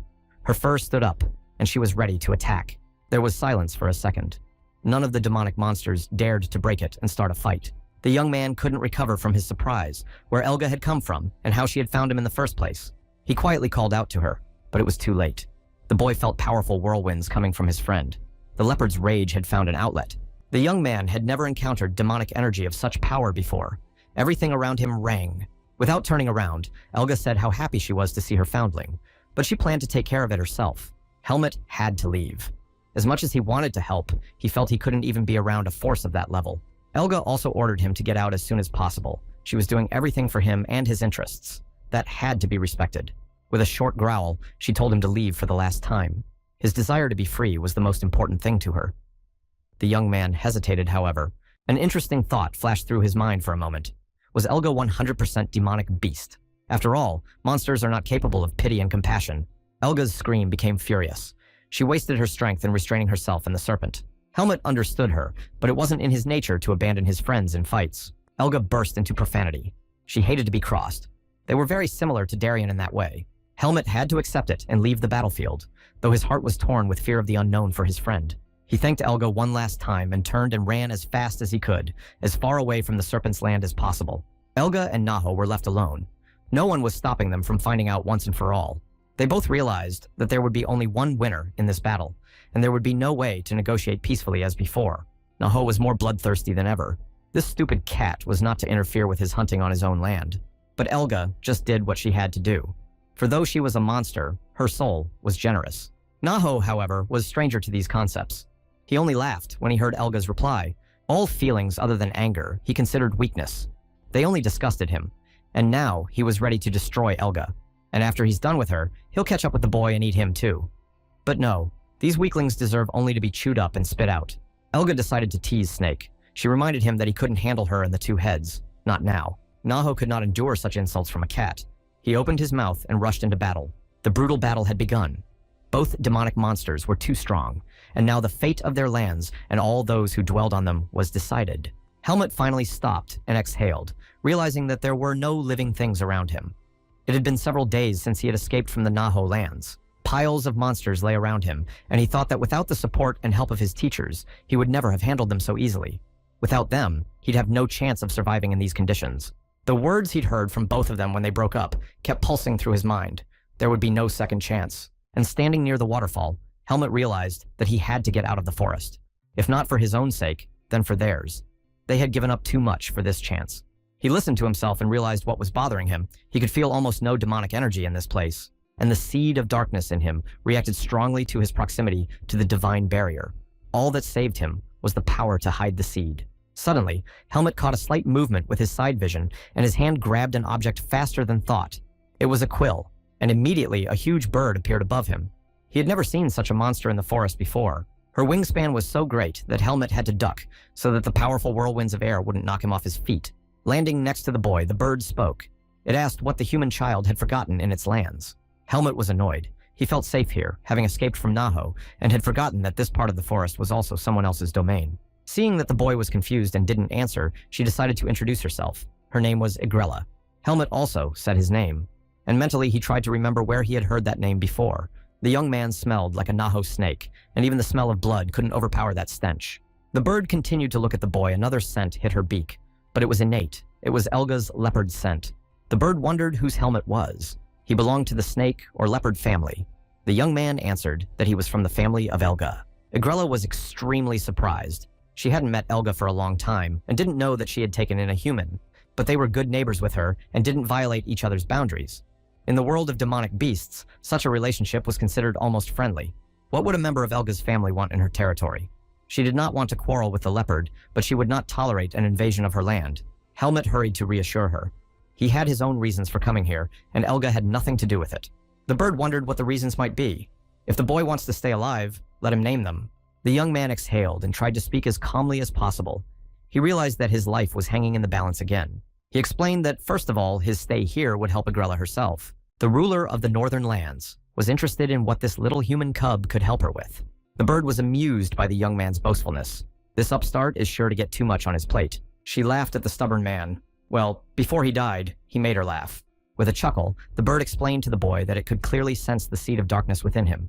He was no different from the demonic beast. But Agrella didn't take into account Helmet's stubborn nature. He reminded her that he was already the only human to have made it this far. And now, all he needs is her permission to move on and try his luck at the divine barrier. It had been so long since she had tasted human meat, and she was sorry to let the man go and lose his life on the barrier. But Helmet didn't back down. He reminded her that people would always appear in the forest, but that she would never see a person trying to get out of the forest again. And that man could only be him, a man with the knowledge of two great teachers. Agrella was intrigued, and the boy noted to himself that Elga was right. The bird was indeed curious. After some thought, she made a final decision and allowed Helmet to try to break through the barrier. Such eloquence was hard not to concede. After all, the boy was right.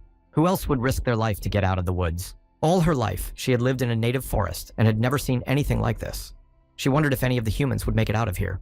The young man knew that all demonic beasts had exorbitant pride, so he also reminded Agrella that she would be the first to see this miracle. The bird was intrigued and let the young man go to the divine barrier. She even promised to protect him as he approached it. Agrella asked if the boy wanted to say his last words, and if he failed to pass the barrier, she could give them to Elga when she met him. Helmet, again, showed generosity towards his friend. He asked to tell Elga anyway that he had made it out of the forest and remained alive. Probably for the first time in the entire encounter, the bird looked closely at the boy. His gaze was hard. Yes, he wanted Elga to be calm, no matter what really happened. Agrella bowed her head and quietly promised to fulfill the young man's last will. At that moment, she clearly realized that she was facing an unusual person. Helmet, meanwhile, walked over to the water and tried to concentrate. Now, his life would depend on his strength. Once again, during his journey, he repeated to himself like a mantra that there might not be a second chance, and then threw himself into the water.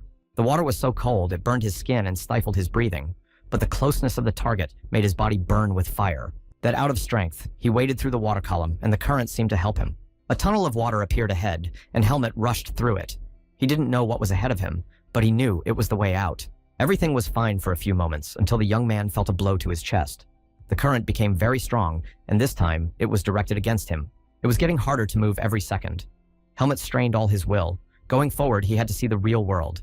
And at the moment when Helmet was almost exhausted, he felt the power of purification. It helped keep him safe from the evil energy. He felt her approach and her power and waited. Only divinity could save him now. The boy's body was pierced by a sharp pain like he had never experienced in his life. It was so intense that the boy couldn't stand it, and his mind began to jumble. The creaking of the wheels was interrupted periodically by the young man's shouting and swearing. A group of armed men were walking beside the wagon. A closer look showed that the girl was among them, and she ordered them to rest. Ping, the youngest among them, expressed his displeasure. He didn't want to spend the night near a place with demonic monsters.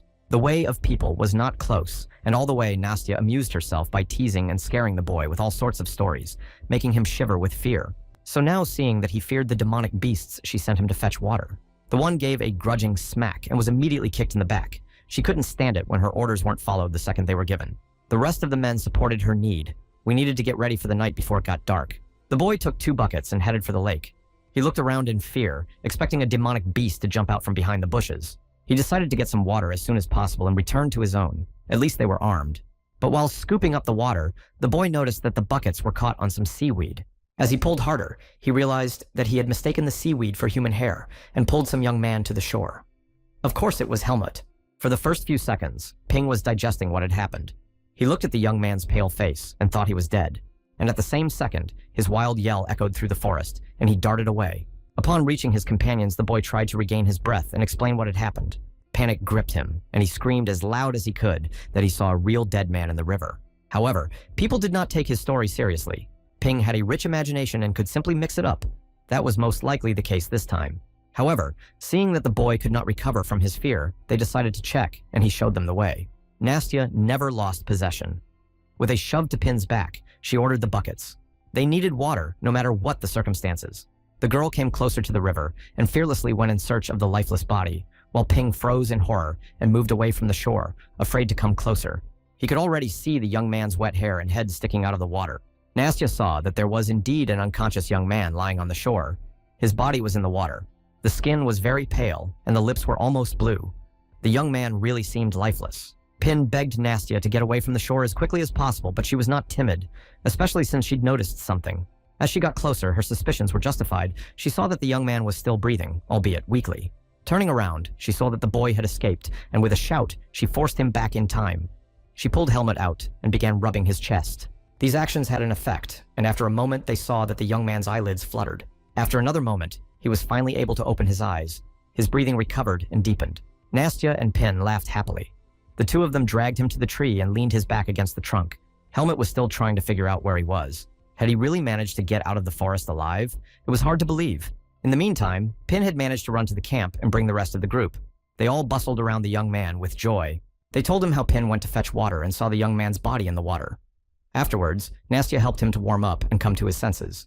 Despite what happened, the young man was able to remember the details of his journey, but he only said his name out loud.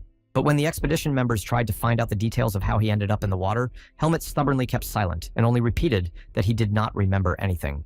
The girl was discouraged. She carefully examined the young man and realized that he had no wounds. What had he been through that he had forgotten everything? Not daring to bother him anymore, she introduced herself and said that she was a silver mercenary of the 3rd rank. Though the young man had little idea what it meant, he reached out and placed his hand in her palm. However, his thoughts were far away. He had seen so many people for the first time and watched them with interest. He was asked if Helmet knew where the place was, to which he answered quite honestly that he was seeing the place for the first time. In an attempt to help the young man, they began to ask him about his life, what he remembered of the last places he had been and where he had grown up. Helmet answered that he only remembered his name and how to wield a sword. It was already good, and Nastia made sure that his body was fine, but the rest would come back to normal in time. She promised the young man that she would take care of him until he got stronger. He doesn't need to worry about anything. All he needed now was sleep, rest, and peace of mind. He watched the people and did not know what to expect from them. Though he remembered Darian's words about the perfidy of humans, their touching support warmed his soul. He didn't let himself relax, though. Eventually, the group's interest in him waned. It was time to get ready for the night. At that time, Helmet stealthily moved away from them. Now, he needed time to process everything that had happened to him. He still couldn't believe he had survived. However, his body was practically disobeying him. He hadn't felt this weak even at the beginning of his training. Besides, another unpleasant discovery awaited him. The seed of darkness was still inside him. The barrier had not destroyed it. Though if you think about it, he's the reason he's alive. Without the seed, the barrier would have smeared him with.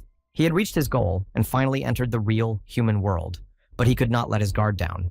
No one could know the truth about the seed of darkness. One had to start looking for the owner of this thing, and maybe then he would find the members of his real family. Helmet looked dreamily up at the sky, but right now there was no hurry. He had come a long way, and he had the right to savor the moment. Watching the beautiful sunset and listening to the birds singing, he realized that life was beautiful, and now it was time to rest. In the morning, Helmet again went to the lake to clean up and wash himself. The young men in the group could not contain their surprise. The pale and feeble young man they had rescued yesterday looked very different now. He had almost recovered and regained consciousness. Despite the fact that the boy grew up in the forest among demonic monsters, his movements were noble, and his strong and agile body inspired respect.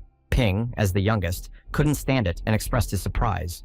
It was interesting that only yesterday the young man looked like he was dying, but today he was in good health. The others also began to ask the young man again about his former life. They wondered what kind of family he had grown up in, but he only repeated that he did not remember anything. She clearly liked him, but that wasn't the important thing. What mattered was that yesterday she'd promised him her support, and she'd kept her promise. Once again, Ping couldn't keep his mouth shut. He jabbed at Tanya for being able to be nice to people if they were handsome. He immediately regretted it, but it was too late. Tanya's fist hit him hard in the cheekbone. It was time to pack up and move on. It was estimated that their journey would last another 4 days. When they reached the town, they could take Helmet to the doctor. The young man was grateful to the girl. Her participation really made his life very easy, but her friendly teasing surprised him. He didn't know how to react to it. He had little experience with people in his life. Eventually, Tanya left him and began to manage her usual chores. Receiving orders, her team quickly gathered their belongings and loaded them onto the wagon.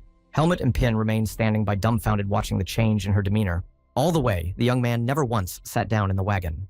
He walked beside the horse and felt that he needed movement to recover faster, especially since this animal was clearly sympathetic to him. It was so smart and kind, unlike the animals he'd known before. Pin was very curious, so he kept up with Helmet and kept pestering him with questions.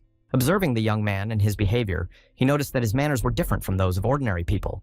He was hardly a commoner in his past life. In fact, Helmet and Pin were the same age, but the boy realized the clear difference between them. The young man spoke, moved, and acted like a much older man. and everything about him was a mystery. Every now and then, Helmut listened to the new sensations in his body they didn't like. He turned pale and felt his breathing hitching with each step. Ping also noticed the change in his condition. The boy suggested that he get into the wagon and rest, so as not to delay the whole group, but the boy refused and kept on walking. Pin was discouraged by the harsh answer and didn't understand what he had done wrong. At the same time, Helmut wondered why he was getting tired so quickly. When he lived in the native forest, he only needed 24 hours to recover from even the most brutal battle. In the human world, he clearly felt much weaker and more vulnerable, and he didn't like these new sensations. Well, it looks like he's going to have to get to know himself all over again. After all, things were very different in this world. With these thoughts, he approached the city. Nastya always kept all her promises, so the first thing she did when she got into town was to take Helmut to the doctor. After the examination, the doctor said that he considered the boy to be completely healthy. Moreover, he predicted that he would recover very quickly. But Nastya was not satisfied with this answer, so she asked more and more questions, and the doctor was losing patience faster and faster. But in the end, she forced the healer to prescribe additional medicine for the young man's speedy recovery and recuperation. The young man preferred not to interfere in their argument. It was enough for him to hear that his health was fine and that he would soon regain his former form. Ping was concerned about his new friend's amnesia, but here too, the doctor assured him that Gimmelt's head was not damaged at all. The doctor's patience finally ran out. He handed over the medication and gritted his teeth that the girl had finally lost her head because of her fiancé. Even though it was all said in low voices, Tanya heard every word and became furious. She attacked the healer, punching and armoring him. It was up to Pin and Helmut to pull her away from the doctor, and you have to give credit to the girl's strength. The young men had a hard time with the task. A little later, as they wandered down the street together, Tanya inquired about the young man's well-being. She was concerned about what Pina had said about Helmut during the expedition. The young man assured that he felt completely healthy. The healer's medication helped him to rest and recover. The girl grinned enigmatically and asked if Helmut remembered how to use a sword. She assumed that the boy had a teacher. Helmut tensed at this insight, but confirmed her opinion. Yes, probably. He really did feel the blade like his own. Helmut looked at her questioningly and heard her suggested duel. The young man hesitated. He wasn't ready to reveal his power to her. He was not ready to reveal his power to her. Tanya explained that she just wanted to help the young man. Helmut could remember something from his past life when he warmed up, but the young man hesitated. He was afraid of giving himself away by any careless movement. He had nothing to lose, though. These people were friendly to him. Maybe he should trust them, who knows. Together they went to the sports ground where the guys he came to town with were already practicing. All of the young men were noted for their agility and were clearly holding weapons for more than the first time. Seeing her, they stopped their training and said hello. But then their eyes fell on Gimmelt. When they found out that they had come to duel, jokes started among the boys. It was obvious that Tanya's swordsmanship was respected here. She was grinningly asked to spare Helmut's beauty. The outcome of the duel was obvious to everyone. The two guys completely lost their caution and mockingly approached the girl. Immediately, they were rewarded with blows to the face. They lost their balance and fell down, unable to get up. Tanya stood there with such a nonchalant face as if she hadn't just put down two big men. She walked over to the equipment and picked out two wooden swords. The rules were simple. The loser would be the one who fell to the ground first. The girl warned me right away not to do her any favors. Her power was known to everyone here. At this time, Helmut was thoughtful and did not share in the general merriment. He made up his mind only to defend himself. Knowing that his strength had not yet returned, he closed his eyes and tried to concentrate. When he was out of breath, he stood and showed that he was ready to begin. The audience cheered. From Helmut's movements, they recognized him as an experienced fighter, and so the show was on. Tanya didn't wait for a second invitation and rushed straight to the attack. The air whistled around them. Her blows were precise and strong. Suddenly, Helmut had to work hard to fight back. Even though the fight was getting faster and tougher, a slight smile played on her lips. She acted as if she were on a pleasant walk. Gilmet tried to attack her, but she parried the blows with ease. Looks like she was stronger. At the same time, Tanya was surprised, though she tried to keep a straight face. She had never faced such a strong opponent before. The young man clearly realized that he could not withstand an open fight. His strength and agility were not enough. And then, as if to confirm his words, the girl made another lunge, and Gilmet managed to bounce from her blade only at the last moment. He only had to dodge the open attacks hard. That was the only way he could hold out for a while. Victory was out of the question. Another blow followed. Now Tanya made a false lunge and flipped in the air and was very close to the young man. And then Gilmet felt a strong kick in the chest. This time, he was unable to dodge. His eyes darkened. He felt his defeat. There was little strength left to resist. His body wouldn't listen to him. His movements were as slow as if he were underwater. Tanya, as an experienced fighter, also saw that he was not realizing his full potential. She advised him to think less and trust his instincts more. Her new attack was stronger than the previous one. The blows came at the boy one after another. Helmet fought back, but his strength was running out. He held on for the last few minutes. With a slight movement, the girl jumped up to him, and they almost touched each other. Then Helmet felt a blow that came upon him like a lightning strike. As he was flying away, he realized he'd been defeated. He knew it was coming, but he wasn't prepared. Helmet had never learned how to lose. The sword blow was so strong that the young man fell on his back, and a few meters, he was just dragged along the ground. The girl lowered her sword in satisfaction, though she had to admit she had not won easily this time. The audience froze in amazement. No one else had thought of making a joke. Swaying Gilmet tried to rise to his feet. He was now admitting defeat. He had something to think about at his leisure. The girl regained her mockery. She saw that the young man was wounded in his ego. But he was willing to admit he was weaker than the girl. He really hadn't expected her to do him so easily. She gave him a hand and helped him up. The young man was still thinking about the girl's power. His teacher was right when he once said that the human world should be taken seriously. After all, he had lost this fight to a girl not even of the first rank. The guys tried to calm him down. They told him that Tanya could beat any of them. That's why no one expected him to win. They stepped around the young man, and each of them noticed that Helmet was holding up much better than might have been expected. The tallest of the men approached the young man, and the others parted before him. It was Finn, the mercenary captain. He was second rank. He greeted Helmet and congratulated him on passing the test. The young man could now consider himself one of them. Helmet was unpleasantly startled. It turned out that his every move was being watched. These people were not as simple and friendly as he had first thought them to be. But Finn, despite his frown, continued to explain himself gently. They just had to put him to the test.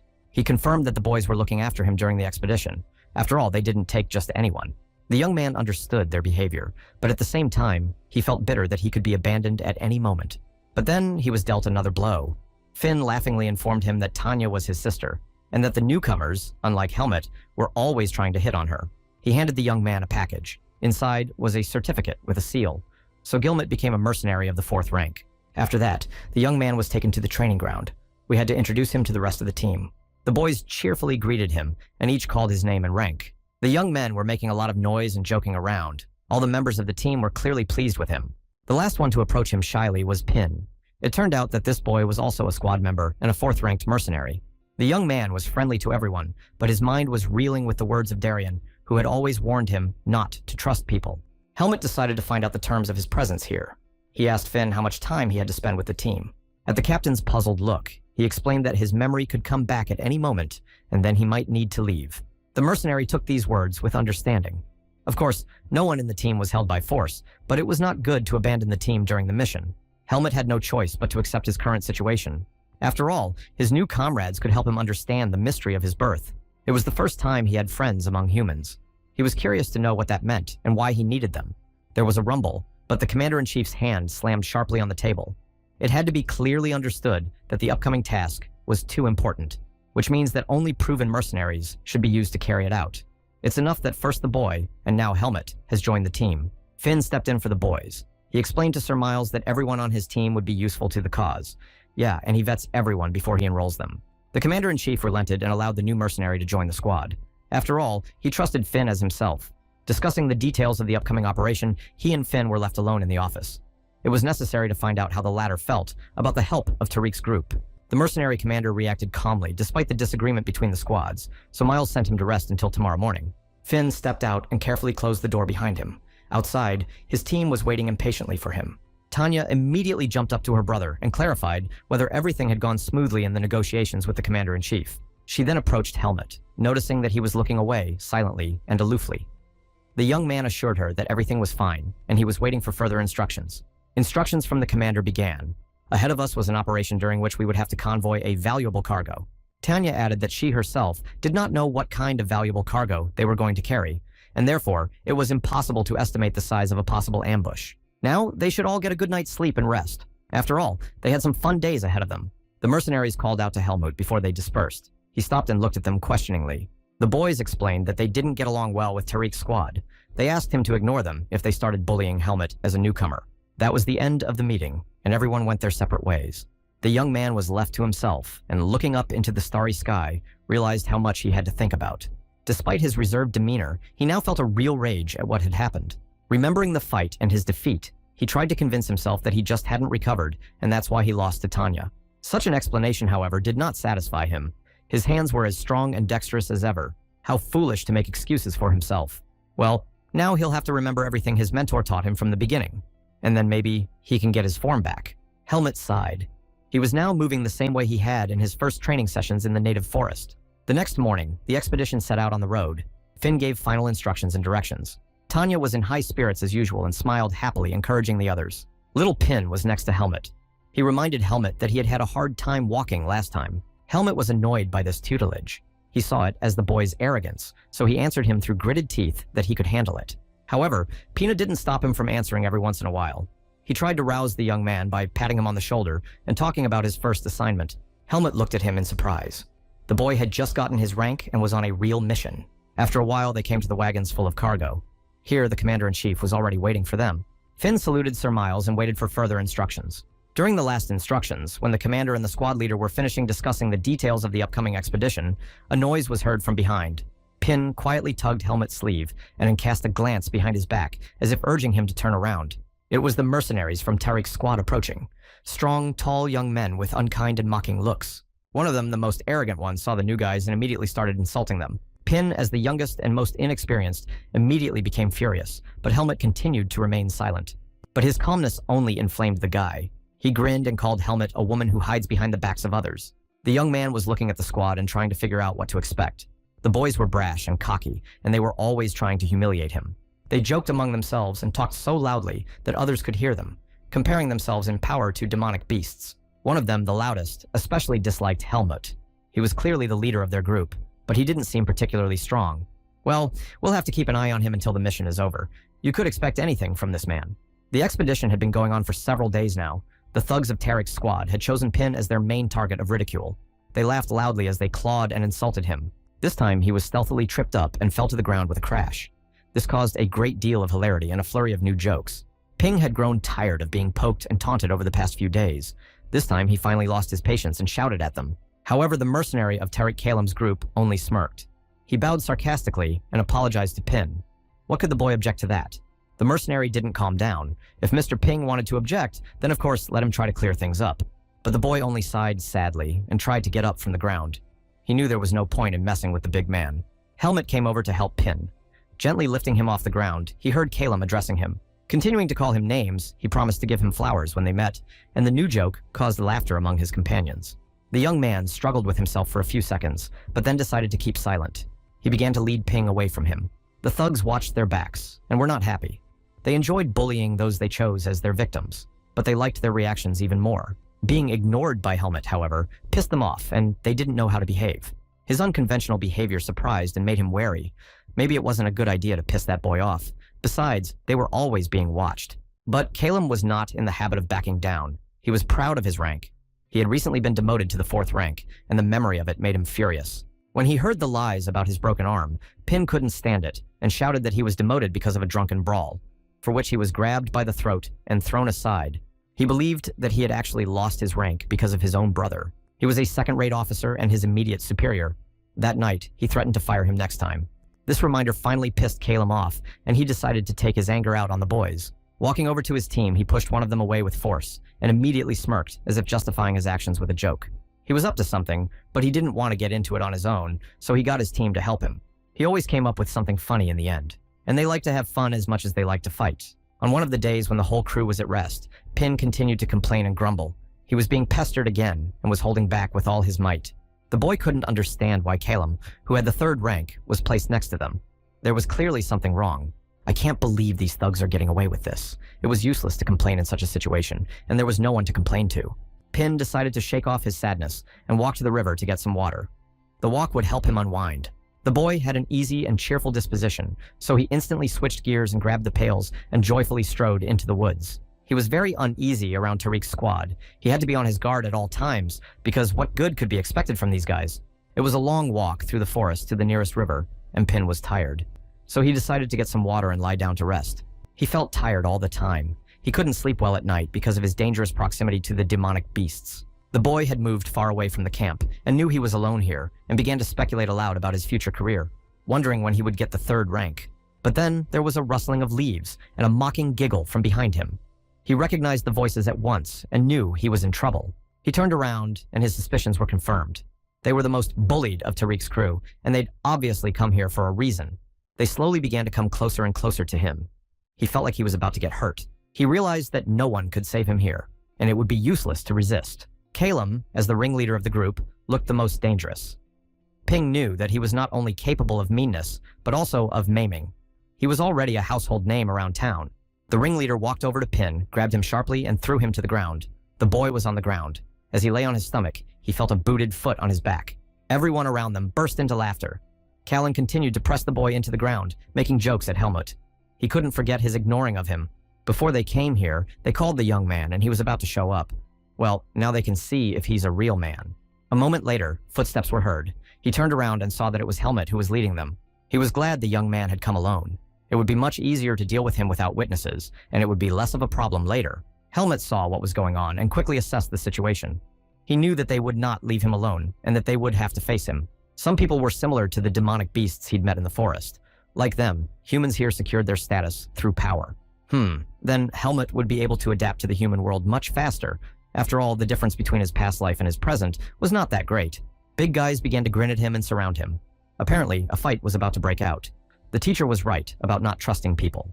Calum couldn't wait to humiliate the boys. Their very presence undermined his authority in the team and pissed him off. The young man knew that his power hadn't awakened yet, so he was a little worried, but he also remembered how much time he had spent practicing. What was needed now was to concentrate and stay calm. After all, he had to fight Naho, and who were these puppies against? Besides, there were a bunch of fourth-ranked guys here, which meant they were much weaker than Tanya and Helmut had a real chance to beat them. He grabbed his sword, and at the same second, he was attacked from all sides by Calum's shouts of approval. But Helmut was already ready for defense. However, here suddenly the fight stopped abruptly. One of the young man's opponents was hit hard and flew far away. Everyone froze in fear, not realizing what had happened. Standing next to Helmut was Tanya. She crept up unnoticed, and her precise blow ended the fight. Her gaze was full of rage. Calum howled softly but angrily. The boys had gotten away with it again. They're being coddled like a kindergarten. The young man was baffled too. How had Tanya gotten here? Had she been following him? But in any case, she had shown up on time, and he was grateful. The girl stood proudly in front of Tariq's mercenaries and gave them a real interrogation. She demanded to know why her men were being harassed. As usual, Calum tried to get out of it by lying. They were just chatting, so it wasn't worth making a tragedy out of it. Nastya didn't like to be taken for a fool. She said that she had been standing there for a few minutes and had heard the whole conversation and knew what was going on. The mercenary leader only smirked. It's no big deal for men to just joke around. It's hard for women to understand. His insolence enraged the girl, and she ordered him to bite his tongue, or she would cut it off. Everyone fell silent, as they knew her threats were no joke. Tanya turned to the boys and told them to pack up and leave. There was nothing more to do here. Lastly, she turned around and addressed the fourth-ranked mercenaries. She was fed up with this upstart and couldn't help but jab him with a demotion. And Calum fell for the ruse. He clarified that he had recently been a third ranker. The loss of status was still a painful topic for him, but that's what Tanya wanted. She reminded him that he used to be third, and now he was rank 4, and smirked when she saw that her words had achieved their purpose. Calum, though he held back, was furious. How dare this girl remind him of that, and even at his command? The girl and the boys turned and walked back to the camp. Tanya warned them once again that she would not tolerate such an attitude towards her team. Otherwise, next time she won't be so peaceful anymore, and it will end tragically for many. The mercenaries could only accept it. None of them dared to speak openly against Tanya. They were all familiar with her power. So they picked up their comrade, who had gotten punched in the face by Tanya, and began to leave the clearing as well. Ping was very upset. He felt humiliated and insulted. The worst part was that his comrades witnessed his humiliation. But the girl calmed him down and wiped away his tears. Nothing like this happened the last time, she promises that for sure, and now we need to get some water, and it's time to go back. The girl was a stranger to the heartless rules of mercenaries. According to them, no one interfered in a fourth-rank fight, and she thought that was unfair. The newcomers were also worth helping out at least once in a while. After all, often the forces were simply not equal. Helmut had his own thoughts. He realized that he would be in a bad way without his strength, but when it would return was unknown, so he needed constant training. But fearing to draw attention to himself, he allowed himself to exercise only in the evening when no one saw him, which he did every day by retreating further into the forest and perfecting his swordsmanship. His body had almost recovered, so he didn't feel the same fatigue from the training, and even started to enjoy it again. Enjoying his returning dexterity, he watched the pile of heaped trees. His blade was almost as accurate now as it had been in the old days. The expedition had already lasted 7 days, and during all this time, Helmut continued to train.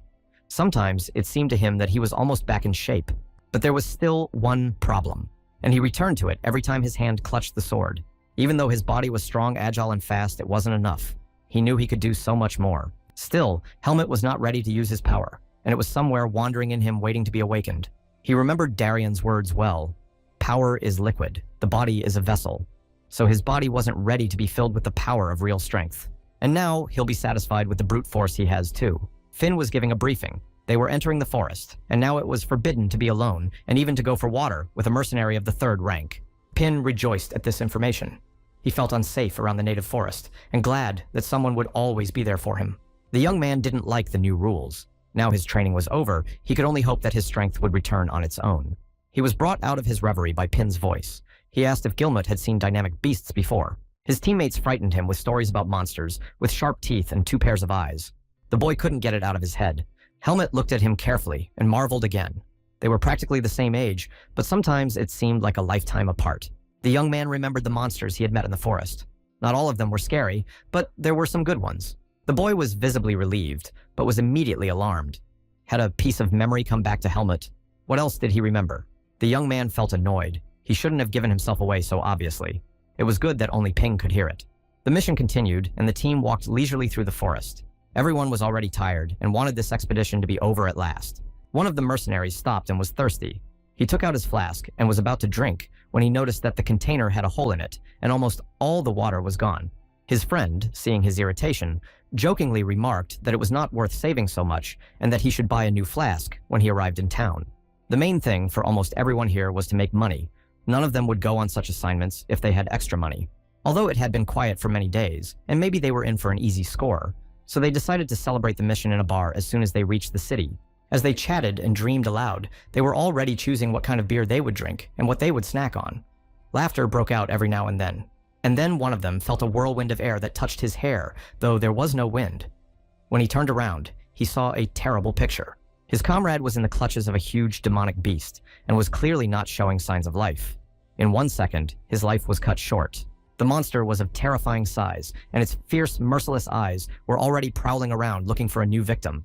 The boy drew his sword. It struck him how in a second he had lost his friend and loyal comrade. His soul yearned for revenge. Clutching the blade in his hands, he rushed forward furiously, wishing he could run faster and destroy the beast, as brutally as he had done to his friend.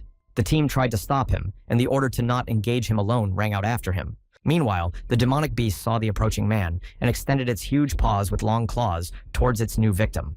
The rest of the team had already grouped up and were running up to help. What had happened and where the freak had come from?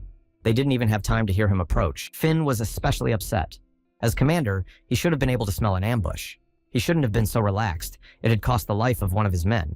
At this time, the monster realized that he had to deal with several people at once. He had to get ready for a fight. Nastya drew her sword and ordered the team to prepare for battle. There was more than one monster, and they would have to work hard to stay alive.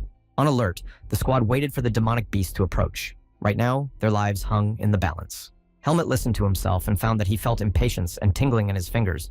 It was the way a warrior in his position should feel. But his expectations were not fulfilled. Nastya ordered them to hide under the carriage and not to engage in any way. Ping was clearly happy about this order. However, Helmut, who was determined to fight, felt disappointed. He stood there as if petrified. But then a boy came up behind him and shoved him in the back toward the wagons. They'd better get out of here fast and hide well. And besides, he knew as well as anyone how many demons were lurking in this forest, which meant he might not say hello to them all now. Pin was shaking with fear, and grabbing the young man by the head, he shoved him under the carriage. The situation was heating up, and there was nothing more for them to do here. Looking out from their hiding place, they realized that the battle would be too fierce, and there might well be many casualties. Helmut was meeting such a huge monster for the first time, and he watched its behavior with interest. The demonic beast was clearly weaker than Elga or Naho, whose strength he had experienced. The 3 captains of the second-ranked squads rushed into battle. The young man knew that they were the only ones among them who could use the power. As a true warrior not used to hiding behind others, the young man was really suffering. He wanted to help the boys and realized he couldn't. Behind the captains' backs stood the 3rd-ranked mercenaries, among them Nastya. 1 moment passed in complete silence, and then the battle began. The demonic beast stood on its hind legs with a loud roar. Its energy was so powerful that its waves caused the trees nearby to buckle. The commanders drew their weapons and rushed forward with great speed. Fina's sword glowed in his hand under the power of his energy and turned orange in color. As they flew up to the monster, they attacked it from 3 different directions in an attempt to find its weak point. Squad leader Vanguard. Finn rushed towards the demonic monster's head with difficulty dodging its clawed paws. Waiting a moment, he flipped in the air and got very close to the beast. The blade slid across its throat, and at the last second, it managed to bounce away. The monster wheezed and clutched its head with its paws. It was clear that the blow was on target. The beast had been hit earlier, and hard enough. The other mercenaries were busy slaying mere monsters, but cheered their commander's first victory with a joyous cry. Although they only possessed a third rank and couldn't use strength, they were also far from being simpletons. Under their swords, the demonic creatures fell to the ground like ripe apples. The number of living creatures was dwindling by the second. The squad leader kept his eyes on the main beast and encouraged them with shouts and made sure that no one needed help. The main demonic monster was spinning around, but no longer dared to attack, clearly weakened. The commanders decided to kill it before it came to its senses.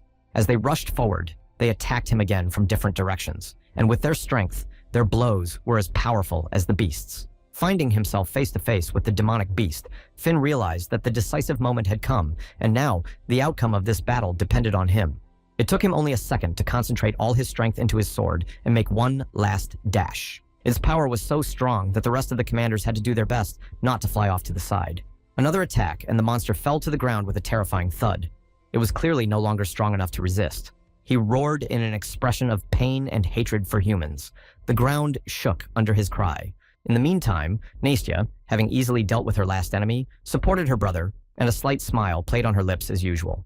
Helmut, though he was under the carriage, watched the fight closely and was puzzled. These men were great at dealing with the evil of the forest, better than he could have imagined. How could that be possible? He also appreciated their tactics. While the commanders used their strength to hold back the main beast, the other mercenaries dealt with the remaining monsters. This must have been the cohesion his teacher had told him so often about. There was clearly something to be learned from these people. But the main thing was that his friend was right again. He shouldn't underestimate people and jump to conclusions. They surprised him with their unexpected actions and behavior. Meanwhile, the fight had quieted down a bit, and the surrounded but unbroken beast continued to gallop in place and not let anyone near him. The mercenaries surrounded him, but did not dare to come closer, although it was obvious that the demonic beast was rapidly losing strength. He was alone now, his breathing was labored, and a wheeze escaped from his wounded throat. The commanders paused in indecision. Finn's strength should have been enough for one last fight. Therefore, it was decided to finish off the monster as quickly as possible. It wasn't just the demonic beast that was tired here. However, the unexpected happened. The monster, which was just ready to attack, suddenly stood on its hind legs and jumped high. The bewildered squads watched as it soared into the sky and began to move quickly away. Turning around, they realized that the surviving demonic beasts had followed their leader's example. One by one, they rushed into the forest and disappeared from sight. In only a minute, not even the rustle of branches could be heard. The glade was empty. The tired mercenaries looked around in surprise. No one had expected it to end so suddenly. Nastya approached her brother for advice on how to proceed and asked if they would pursue the monsters. But Finn reminded her that their primary mission was to escort the cargo, not clear the forest. So the squads were given time to recover and count their losses. The girl walked over to the cart and looked under it. When she saw that the boys were all right, she invited them to get out. The young men emerged from under the cart. Helmut was focused and thoughtful as usual. Pin, trying to get out of his hiding place, got stuck and screamed. His talent for getting into ridiculous situations was amazing. But Helmut was around as usual and helped his comrade. Eventually, he began to get used to the boy and his peculiarities. There were piles of bodies of demonic monsters in the clearing around them. After the battle, we had to check if there were any of them alive and search them. To Helmut's mute question, Finn replied that the seeds of darkness and the skin of the beasts themselves were a valuable resource. He opened his palm and showed the young man some glowing grain. It was the 7 darknesses. Helmut looked at the small glowing object. The same one was in his chest. Ping was hanging around as usual. He told me how he'd heard from the older guys that the seeds of darkness were consuming people's minds, turning them into demonic beasts. However, he had never encountered any such specimens. When they were born, they either died immediately or were sent to the native forest. But everyone knew not to trust such non-humans because they could turn into monsters at any moment. Helmut listened and felt sad. He remembered how Darien had predicted that every man who had the seed of darkness would die fighting humans. He was sorry he might be considered a monster. Although he hadn't felt the effects of the seed of darkness on him before, he was now afraid of feeling the rage within him and becoming a demonic beast. Fortunately, his teacher was able to train and unleash his power. That means he can suppress the influence of the darkness seed. But now he clearly realized that even when the power returned to him, he would have to hide it, or people would quickly realize its source. Thinking this way, Helmut and Pin were examining the demonic beasts without noticing that Finn and Tanya were watching them from afar. The commander looked at the newcomers with nostalgia as he recalled his past in the team. Tanya also had warm feelings. She was especially pleased to watch Ping, who was turning from a boy into a young man before her eyes. Meanwhile, Ping continued to comment on everything he saw. The demonic monsters, although scary, were very interesting to him. Here he walked over to the next monster and proceeded to search it. This beast was particularly disgusting. Helmut, watching his action, felt some inner uneasiness. Something was clearly wrong. Moving closer to the boy, he gestured for him to stop and scrutinized the beast's muzzle. But Ping, as usual, was too careless. The creature's face was indeed horrible, but of course, it couldn't scare him. He bent down to cut out the seed of darkness. At the same moment, a huge, furry paw of the monster encircled his throat. The boy didn't even have time to squeak. At the sound of the struggle, Nastya turned around, and at the same moment, Helmut felt the power filling him. The monster finally came to its senses and rose up on its hind legs without letting go of the boy's throat. Helmut rushed towards him with all his legs parallel, snatching his sword from its sheath. The boys' gazes met. Pin silently begged for help, and Helmut, forgetting everything else, hurried away. In 2 leaps, he was near the demonic beast and swung his sword to slash at its body. The boy fell to the ground and gasped for air in horror. He tried to realize that his life had just hung in the balance. When he raised his hand, he realized that he was still clutching the knife tightly. But because of the fright and surprise, he didn't have time to use it. With a trembling voice, Pin thanked Helmut. His comrade was on time as usual. At this time, the young man stood and listened to himself. An unidentifiable feeling was bubbling inside him, and he tried to understand what was happening to him. The realization finally came. The blow on the monster was clearly different from the ones he had struck before. The power seemed to have returned to him again. He saw his squadmates running towards them. No one saw what had happened, but when they heard the noise and commotion, they realized that one of the monsters was alive. Pin promised to make his friend a double bowl of soup in gratitude. This offer was met with laughter from the crew. Pin took a funny stock of his life. Unnoticed by the others, Tanya stood nearby and couldn't tell if she had really seen everything or if she had imagined it. With her own strength, this girl fully appreciated the power of Helmut's strike. She knew that ordinary people would not be able to deal with the monster so quickly. Who was this young man, and what power lay within him? She remembered that she had felt his power in the duel, though it was not enough to defeat her. But now, Helmut's strength surpassed even that of the squad captain. This young man clearly held a mystery. He was worth a closer look. Late in the evening, when the powerless troop had fallen asleep, the young man crept further into the forest to be alone with himself. His suspicions were confirmed. He felt a pleasant tingling sensation all over his body, a power that rushed through him like a waterfall. He was able to summon small waves of glowing energy that seemed to dance on his fingertips. It was truly amazing. He had trained a lot before, but his strength had returned to him because of his fear for Pin. He realized that he would need a few more days to regain his energy. His musings were interrupted because he heard Pin's voice. The boy was calling him back to the camp. As he approached the campfire, he heard Finn. He was briefing the mercenaries. The rules had changed, and now there would be 2 men on duty at all times. The whole troop broke into pairs. One of them was Tanya and Helmut. Now one could not let one's guard down and had to stay alert at all times. The guys were tired after the fight, but they were having fun and making jokes about each other. The overall mood of the team was good. After the last instructions, the team dispersed. Some went to the post, and the rest went to rest and recuperate. His inner sense had been sharpened after his power awakening, and the young man could clearly sense the monster's presence somewhere nearby. There was a rustle behind him, and Tanya came out onto the path. She asked him to wake up the next shift and go to rest, as there was still a long way to go. Helmut automatically nodded to her, but his thoughts continued to drift far away. He sensed danger from the demonic beasts that waited until everyone was asleep. Maybe he should go around again and see if anyone was around. Besides, he couldn't wait to test his strength again. Picking up his next shift, the young man took his sword and headed into the forest. After all, even if he ran into monsters, he could use a little practice. As he passed the fire, he did not notice Calum, who looked at him with hatred. He was a jealous and cruel man. As Helmut looked at him, he was surprised to realize that the young man was heading into the forest on his own, even though the commanders had forbidden them to do so. His mouth twisted happily in a predatory smile. A good chance for Calum to finally get even, and he didn't want to miss it. Helmut was sure he was alone when he got a decent distance from the camp. He drew his sword and swung the blade a couple of times, and then he noted with pleasure that his strength was growing by the minute. At this rate, it would take him only a day to fully recover. Here, his hearing caught the slight rustle of footsteps behind him, and his body immediately tensed in anticipation of an attack. Though no, he would feel it here. It was a completely different aura, human. And as if confirming his words, a mocking voice was heard, and Calum appeared behind Helmut's back. He began the conversation with his usual taunts. By teasing and taunting Helmut, he hoped to provoke him into a fight. But the young man remained silent. He did not want to enter into a conversation with this mercenary and longed to get rid of him as quickly as possible. But Calum had waited too long for such an opportunity, and having stopped with the jokes, he stepped closer to Helmut and openly threatened him. His red-haired protector wouldn't help him now, and he could hide his sword in its scabbard. He's not seriously thinking about defeating Calum himself. Well, it's time to teach him, because the newbies are getting overconfident. We could start by breaking his arms and legs. That's probably enough for the first time. And if he turns out to be a wuss and goes to hell, that's his problem. But Helmut was completely unaffected by this upstart's taunts.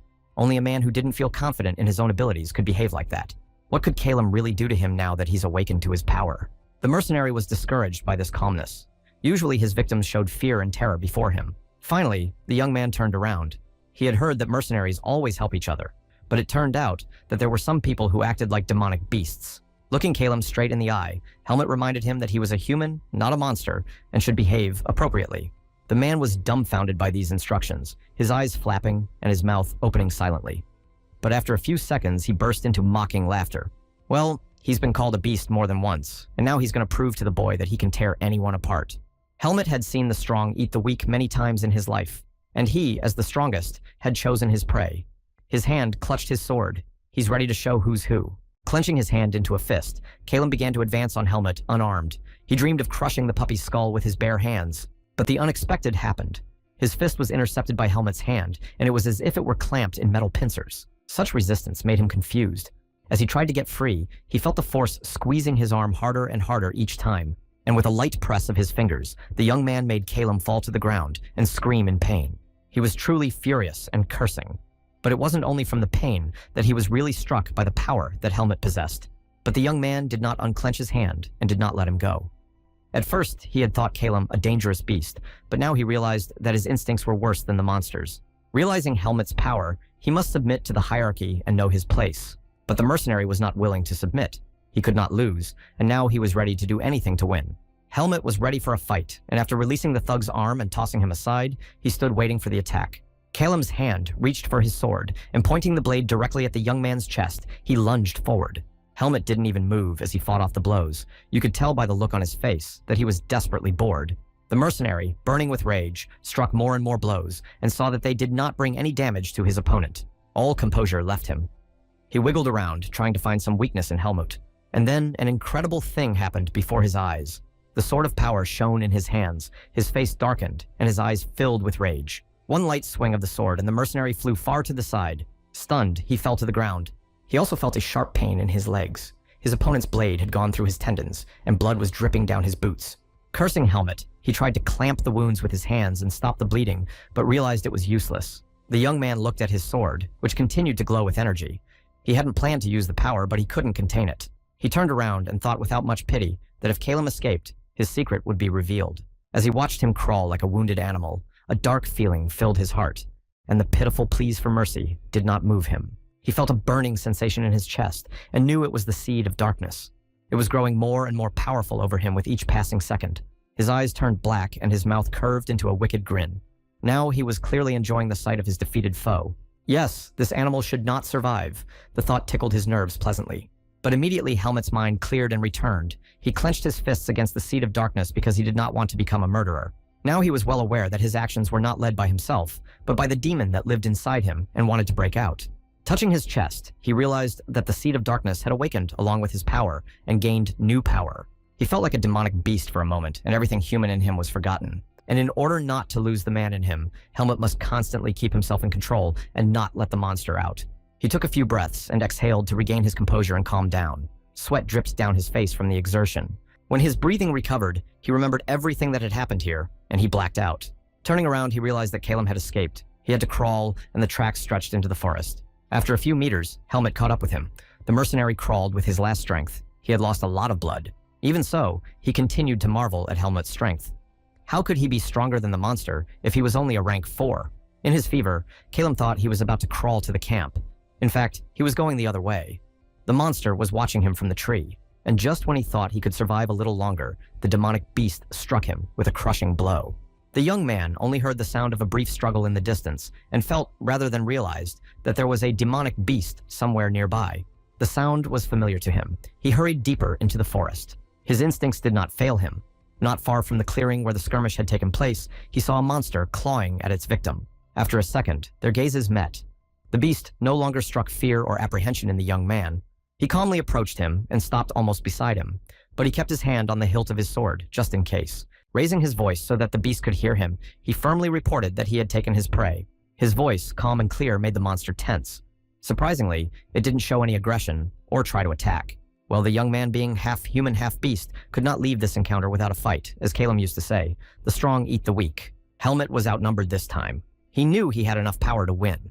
Without thinking for long, he drew his sword and prepared for battle.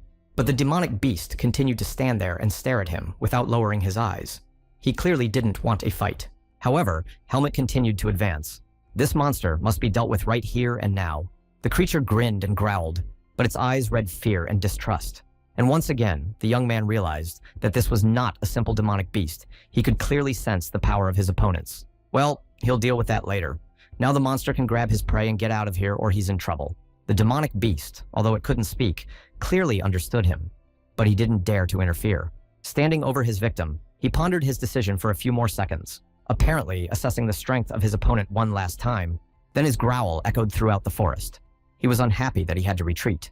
And in the next second, the monster jumped to the top of the trees and disappeared into the thicket of the forest. Helmet was unhappy with his decision. He realized that he would still have to face this monster. Perhaps he shouldn't have let him go so easily. Just then, he heard the sounds of approaching footsteps. He heard the sound of footsteps approaching, and now Helmet would have to explain what had happened. A little later, standing by the fire, he described the situation a second time. The mercenaries could not believe that Calum had been dragged away by a demonic monster. The young man confirmed. The mercenary once again chased him to beat him up, but before he could attack, the demonic beast grabbed him. Calum's brother Paul couldn't hold back a sob.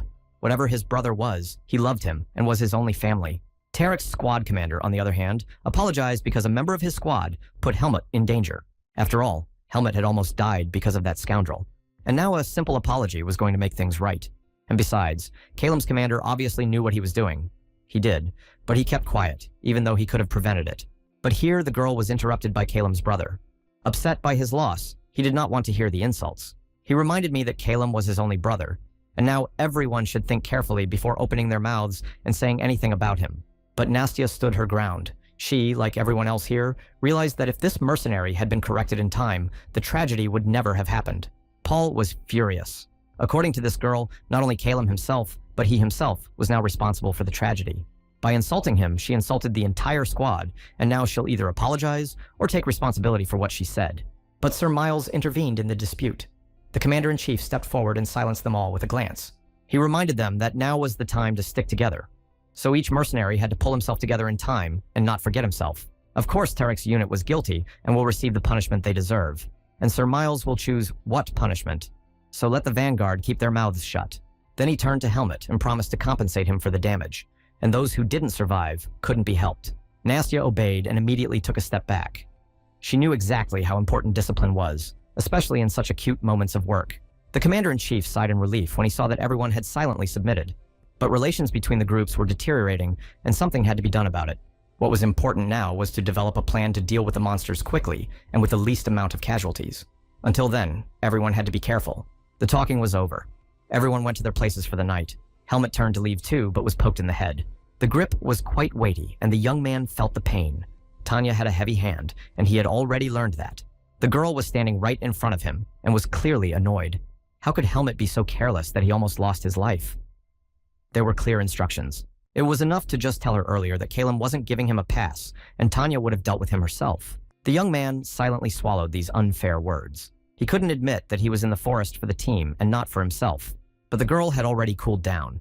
She apologized and explained that she was too scared when Helmet disappeared.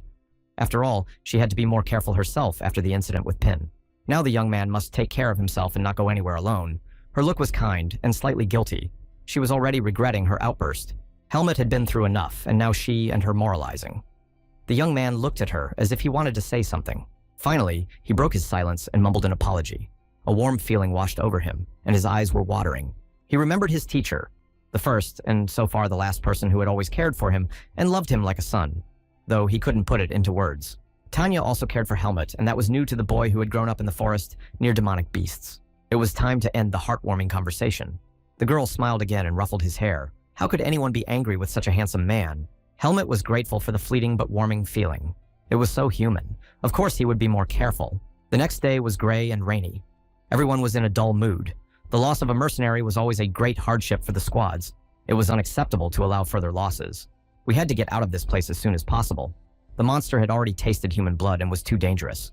The demonic beasts gathered in packs and guarded them at every turn. The team was exhausted and losing patience. They could hold out for a couple more days, but it was unclear what to do next. The boys were still hiding under the carts for the next fight. Watching from afar, Pin still trembled with fear. Helmet was deciding what the right thing to do was.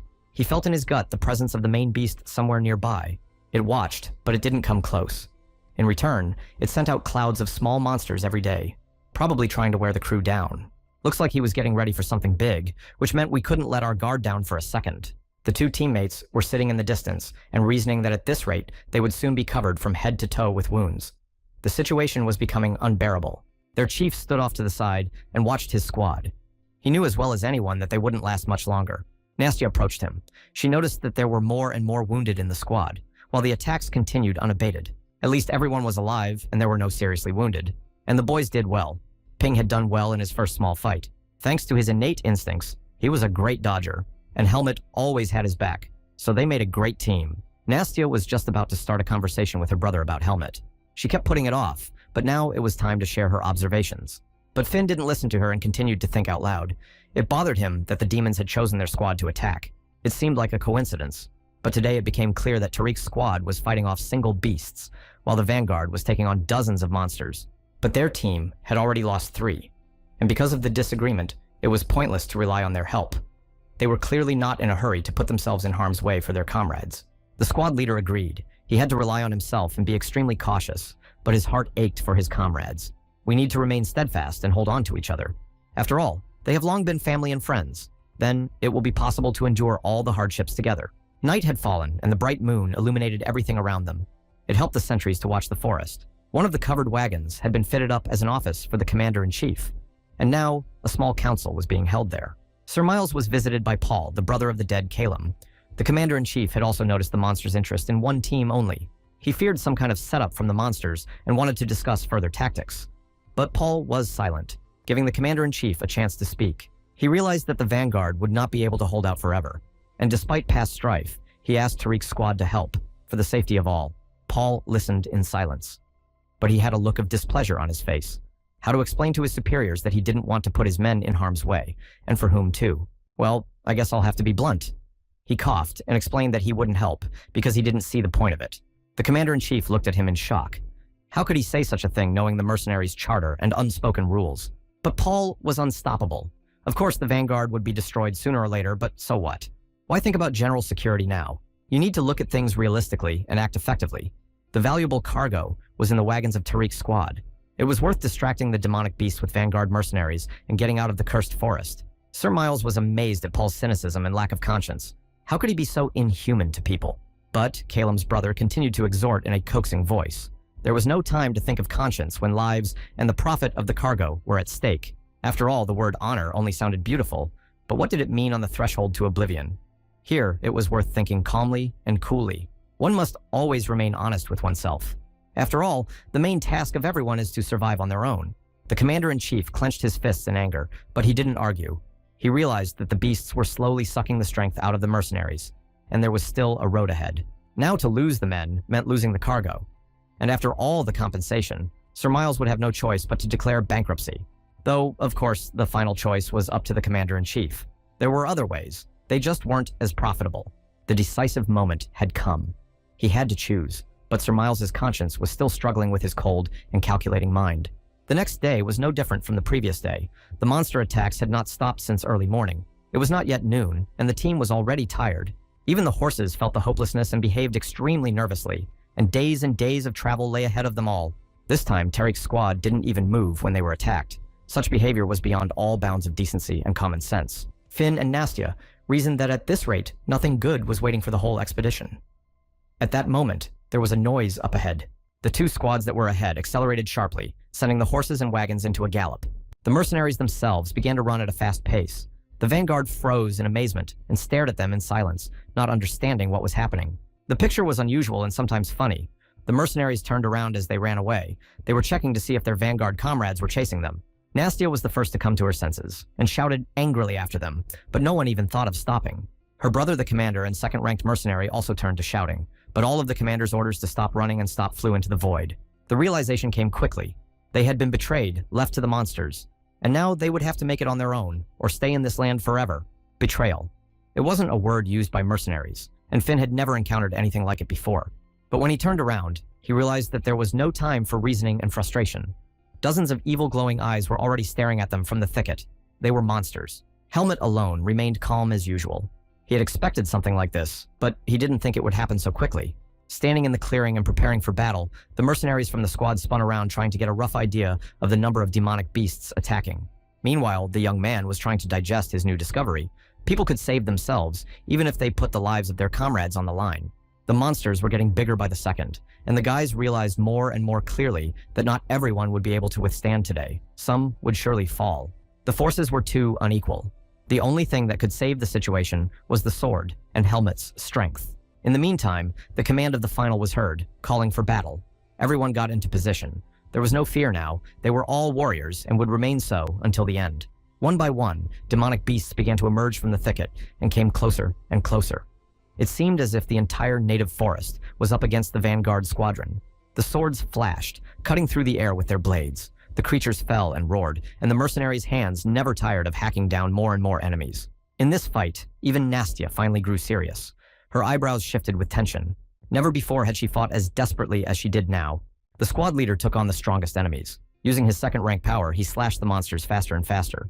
But it was clear that all of this was not enough, and no one would last long. Helmet wondered if his comrades would accept him for who he really was. No one wanted to fall victim to a demonic beast. Everyone had always hoped for a more heroic end. Deep down, each of the mercenaries knew they wouldn't live to be old. That wasn't their profession. And before the eyes of perdition, everyone became a little cheerful and completely calm. Eternal sleep was the inevitable end of life. Helmet looked at everything in a detached way. Inside him, there was a dialogue between beast and man. He did not know who would have won, but then Ping caught his eye. The boy was scared to death, but surprisingly, he held up as well as any other warrior. And Helmet made his final decision. All his reasoning was irrelevant at this moment. The man inside him had once again crushed the seed of darkness. Putting his hand on his chest, he heard his heart beating faster and faster. There was nothing he could do about it. Moving closer to the team, he called out to them quietly. And despite the noise of the battle, every member of the squad heard Helmet clearly. Everything that was about to happen was a terrible secret. And the young man looked around at the squad and released his power. His sword shone, and the air was filled with vibrations of energy. Everyone turned to him and stared at him with wide-open eyes. But the amazement was so great that none of the boys said a word. As if sensing that the distribution of power had changed, the monsters rushed towards their main enemy. Their numbers had passed dozens, and now hundreds of creatures were all arriving from the forest. The mercenaries had never seen so many monsters before. Before the beasts could get close, Helmet sprang from his seat and soared into the air. His sword made an intricate shape and began to slash the enemies. To the human eye, Helmet's movements were hard to detect, and the mercenaries saw only flickers and periodic energy flashes. But the ground was strewn with lifeless demonic beasts, and the guys in the squad only had time to bounce aside as another one fell. Their mouths were still open in amazement. Some tried to pinch themselves, suspecting that they were asleep or unconscious. The whole place went dark as if the sun had set sharply over the horizon, and the air became hot and electrified to the extreme. And surprisingly, there was almost complete silence. Even the beasts, receiving the next blows, went into oblivion without uttering a sound. Helmet's calm face looked even more unreal against the background of the general madness. His head and his body seemed to live separate lives. For a second, he paused for breath, dropping to a knee directly into the grass. But only for a moment, and the sword began to work even faster. And now, from the untold horde, there was a pitiful group of monsters who somehow miraculously managed to survive the massacre. Helmet slowly approached them. One last blow, and the beasts howled like beaten dogs. The vicious and smug growls were gone. A muffled grunt sounded behind him. He turned around and saw another demonic creature that had managed to survive by some miracle. The beast ran at the boy like a madman. He must have realized that all his comrades had fallen, and even though he was a monster, he felt he had nothing left to lose. But as soon as he came within arm's length with his sword, he fell to the ground and convulsed. He too was finished. Realizing that he had dealt with all his enemies, Helmet froze in indecision. He did not turn to face his comrades, waiting for the general verdict. He was right in his suspicions. The vanguard mercenaries froze and didn't know how to react. They watched in silence at this unexpected turn. In their heads, they could not comprehend how Helmet, who had recently been dragged exhausted from the river, was now towering over them all in an aura of power. His musings were interrupted by Pin's trembling voice. The boy was the first to approach him and ask the question that was on everyone's mind now. What was that? The young man replied as nonchalantly as he could. After all, nothing much had happened. He had just recovered, and his abilities had returned. It was Tanya who seemed to be most taken aback. But not because she hadn't expected something special from this young man. Quite the opposite. She'd noticed his behavior on more than one occasion. And after the last battle with the monster, she'd convinced herself she was imagining things. But her gut was right. There was one question pounding in the minds of everyone on the team. Could it be possible that this kid had such power, and they hadn't noticed it before? The stupor lasted a long time. No one was worried about the danger that just a few minutes ago had been looming over everyone and threatened with loss of life. Finn, as a second ranker, was as surprised as the others. He was used to his strength being unquestioned. He knew there were stronger men, but he'd never met one. He broke the silence and approached the young man. He was curious to know who had taught the boy everything he knew and when, who had unlocked his abilities in him.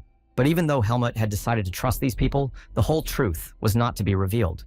He said he remembered his teacher and how they had lived with him in the forest. The squad leader sighed sorrowfully. He had forgotten that the young man had lost his memory and could not answer all their questions. Helmut could sense the wariness of the others. Helmut felt the general silence weighing on him, and he shifted from foot to foot, waiting for the torture to end. To start the conversation, he reminded them that there was no more threat to the squad, so it was time to decide what to do next. At least Finn agreed with him. Now we need to get out of the forest, and then, in a calm atmosphere, decide what to do with the traitors. The boys supported him. They were eager to meet the traitors and deal with them according to the rules. They wouldn't get away with anything this time. The commander didn't stop his team. He realized that the guys needed to blow off steam. He turned to Helmut and asked him what he planned to do next. But the young man himself did not know the answer, though he had thought about it many times. For now, he would complete the task with the squad and receive his reward, and then he would see. Pin couldn't stand it, and of course commented on such a strange decision for him. But Tanya quickly cut him off and ordered him not to interfere. Well, it was time to get out of here. Finn took one last look around the battlefield and ordered everyone to pack up. We've had our rest, and that's it. We got a lot of work to do. The group was following the trail of Tariq's squad. They were going to catch up with them on the road. The traders had a lot of explaining to do, and there was a valuable cargo to be taken. But although the tracks were fresh and plentiful, there was no one in the vicinity. The traders were in a great hurry and did not stop to rest. The girl approached her brother and shared her observations with him. It looked like the mercenaries had been walking all night, and now it was quite possible that they had already left the forest. Finn remembered the expedition plan. The route included a stop at a village just outside the forest. They could be intercepted there, along with the cargo. The rest of the team enthusiastically took up the offer. They were eager to pay for their betrayal, and they wanted to get back to their people as soon as possible. The mercenaries' eyes lit up bloodily at the thought of revenge. They were looking forward to seeing their faces. They were especially eager to see old Miles's face. And then Ping, as usual, asked a seemingly stupid but reasonable question. Why should they be rewarded now? Wouldn't all their troubles pay off? The boys are all wide awake. This time the kid was absolutely right. Tariq's squad had taken the cargo with them, which meant they were in danger of not getting paid. Thinking in this way, no one noticed Helmut stop like a stumbling block. His body tensed. It was as if he were listening to something ahead. There was a distinct noise I heard him make. But there was something else. There was a sense of danger that came from the thicket of the forest. He rushed forward. What could it be if the demonic monsters had been defeated? And the danger itself was wandering somewhere that didn't threaten them specifically. The boy's strange behavior was noticed by his comrade Pin. The boy called out to him, but to no avail. Helmut was like a hunting dog that had picked up the trail. Helmut stopped and closed his eyes as he approached the thickest part of the forest where the sounds were coming from. Now he had to listen to his inner voice. Nastya, not daring to distract the young man, fidgeted restlessly behind him. Everything seemed to be as usual. Not a single unusual sound disturbed the birds singing in the forest. But Helmut already knew. He could clearly feel the presence of demonic energy that rippled around him. This message cheered many in the squad. Justice had been served, and these losers had fallen into the trap they had set for themselves. Helmut knew for sure that the battle was only an hour away, but there was also something unusual. Amidst the usual monsters, he sensed the presence of their leader. The squad leader marveled once again at this boy's strength. He could sense the energy of the forest creatures at such a distance. It was amazing. The young man stopped listening and turned to the others. We must hurry, for Tariq's squad was running out of strength. They wouldn't be able to hold out for long without help. Not everyone on the team was happy about the offer. Why go into the jaws of that monster? Though of course they need to get their reward and will have to take the cargo. But Finn put a stop to the discussion. He reminded them that they were all mercenaries, not vigilantes, which meant it was their job to complete the mission, although he wouldn't mind dealing with the rats himself. But first, he has to mind his own business. Nast supported her brother's just decision, Their squad was not like those scoundrels. She didn't want to stoop to their level and get dirty. They boldly set out on the road. Their priority is protecting the product and the customer, and time will tell. Helmet's instincts were right. Tarek's squad was indeed attacked by hordes of monsters led by the leader. The mercenaries were still holding out, but they were running out of strength. The squad leaders tried to support their boys and keep an eye on the situation in general, but their keen eyes could already see that defeat was imminent, and even using their strength didn't give them an edge in the battle.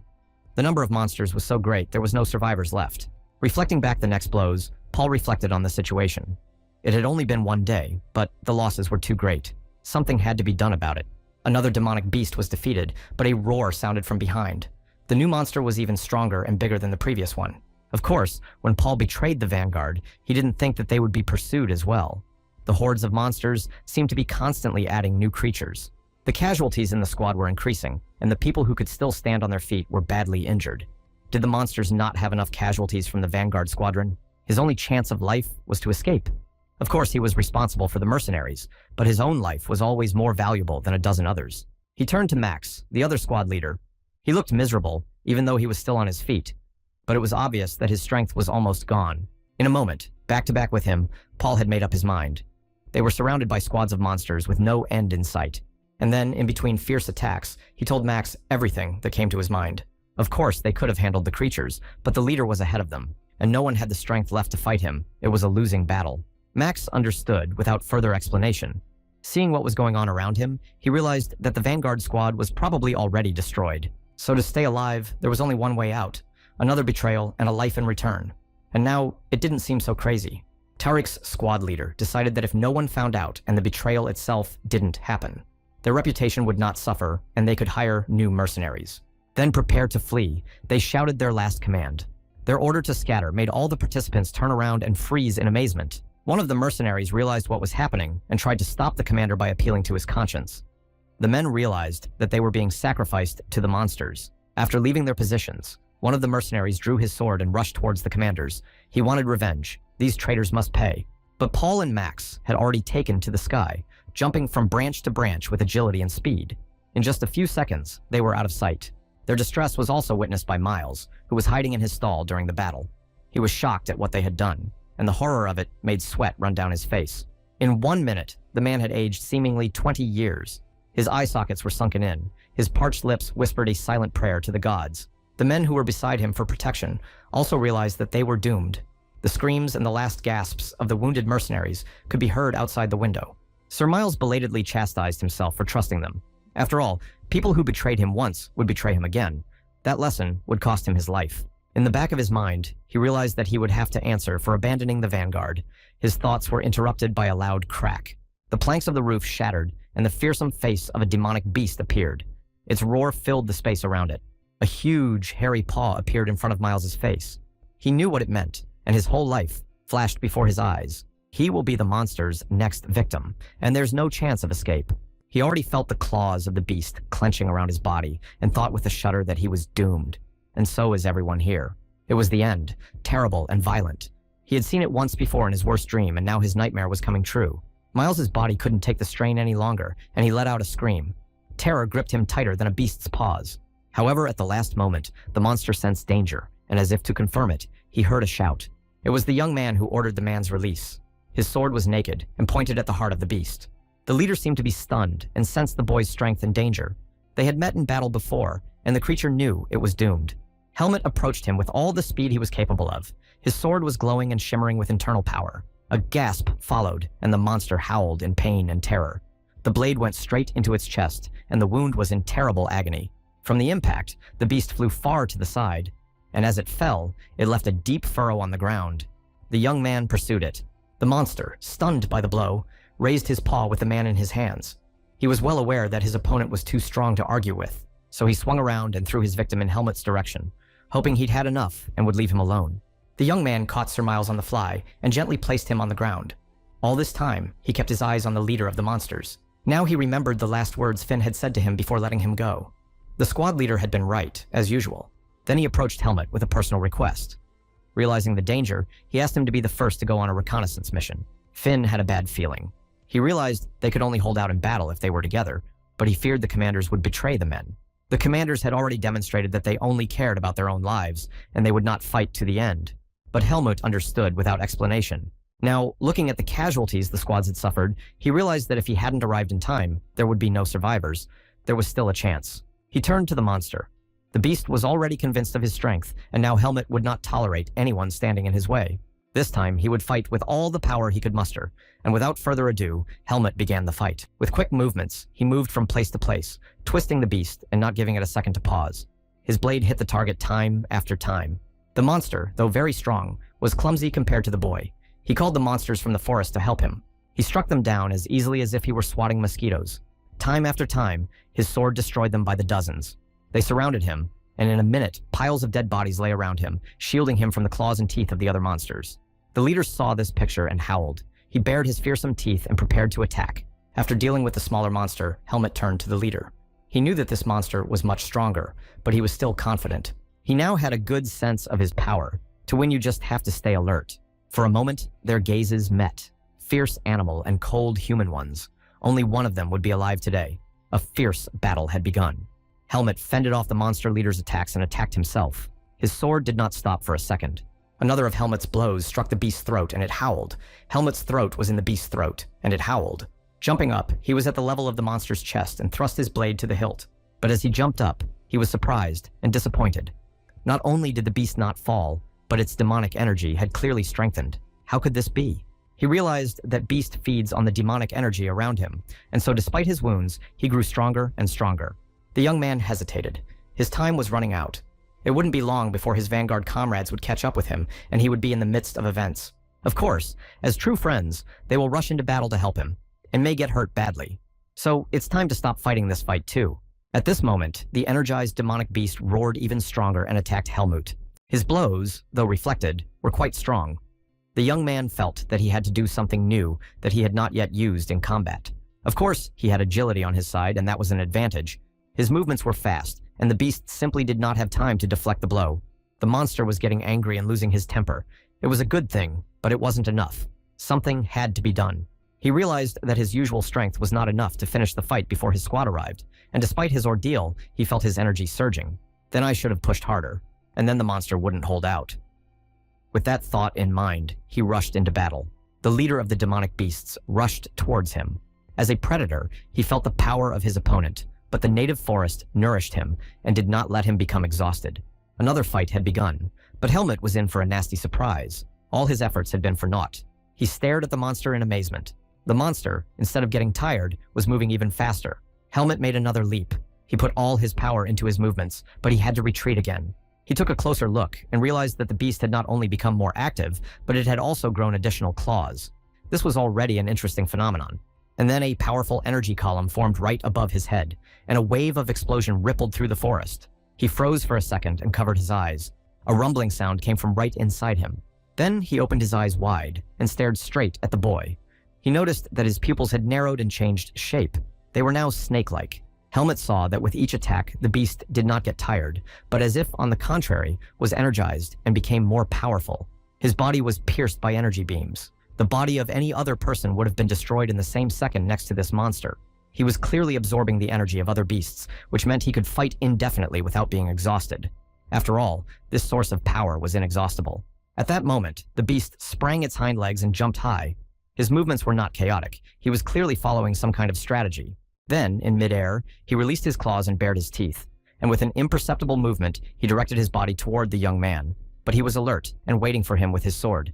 He scrutinized the monster's every move, and a vague feeling wandered within him. He had seen this somewhere before. And then, a sudden hunch lit up his brain. Of course he did. The leader of the demonic beasts was moving exactly as Naho did. Helmut recalled the details of that fight, and a slight chuckle touched his lips. The beast was strong and cunning, but now he would not be able to fool anyone. Power pulsed through his body. The young man could see the power flowing through the creature's veins. But now, every movement gave him away. It was the two-headed serpent that Helmut had gotten to know well in his time. Well, he's already defeated Naho once, and right now, he's ready to do it again. No matter how much power the leader has now, it will never be enough.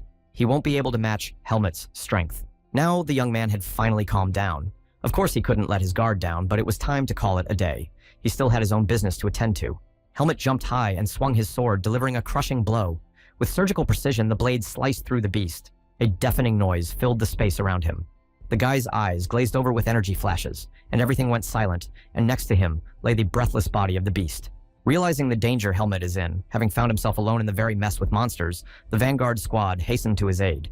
But when the mercenaries finally came to the battlefield, they saw Helmet standing calmly, and around him lay piles of defeated enemies. Seeing among the fallen and the leader of the demons, Finn stopped in amazement. If the boy could defeat such a fearsome beast by himself, the young man didn't want to draw additional attention to himself, and so only reported the fight with the main monster. The others had been destroyed before he arrived. The squad looked around and realized that the commander's hunch was confirmed. The mercenaries had clearly scattered, abandoned by their leaders, and that's why they were defeated. It turns out Sir Miles was involved. He betrayed his men like the others and fled to save his own skin. Phil's sister was equally shocked. She herself had honor and dignity and could not expect others to be so mean. Then one of the mercenaries saw some movement and heard a slight groan. At first, he thought he was imagining things, but the groan was repeated. There was a survivor. It was none other than Sir Miles. And Finn was relieved to think that maybe the bad luck streak was over. After all, they'd just had an amazing run of luck. It was time to get out of here. The glade was like a graveyard, a mixture of humans and demons. I had to see if anyone else was still alive. And yet consciousness was gradually returning to him. He didn't fully understand where he was or who was with him. Finn stepped closer to him and called his name. Though his face was stern, he felt sorry for his old battle buddy. Despite everything that had happened, Miles's hitherto meaningless gaze stopped on the Vanguard commander's face, and his pupils dilated with horror. He began to apologize incoherently and to explain his act by Paul's threats. Now that he was on the threshold of the other world, he was truly sorry for what he had done. Seeing that Miles had not fully recovered, he called out to him again. He realized that Miles thought he was seeing ghosts out of terror and trauma, and tried to ease his mind. His cold and clear voice finally sobered Miles and stopped his delirium. He looked around anxiously, hardly remembering what had happened. After being in the monster's clutches, it was hard to believe that his soul had not parted with his body. His greatest fear now was that the monsters would return. But Finn reassured him about that. He was adamant that the demons had been destroyed, which means the commander-in-chief can feel safe. For now. The commander didn't go into details. He remembered Helmet asking him to keep his abilities a secret, at least until his memory returned to him. At this time, Miles struggled to rise and kneel down. Silently moving his lips, he thanked God for his miraculous salvation. But Finn didn't care about his soul right now. He unceremoniously interrupted him in the middle and reminded him that it would cost a penny to save him. It was a good time to discuss the award, for a job well done, and compensation after this would be nice. Sir Miles reacted unusually when he heard this. I guess his mind hadn't quite returned to him yet, but he finally believed he was alive. The captain handed him a paper that spelled out all the losses the squad had suffered, as well as the amount of all compensation for it. And here Sir Miles finally came to his senses. He'd have to give up as much as 80% of the proceeds, which would leave him almost penniless. But Finn was quick to rebuke him. Let him be grateful that they were willing to continue to accompany him in spite of his betrayal. Gilmet stood silently watching the drama. He had spent many days with the men, but they still never ceased to amaze him. The commander-in-chief understood the justice of the demands, but he needs to make up for his losses. Maybe they could agree on 70%. But the captain was relentless.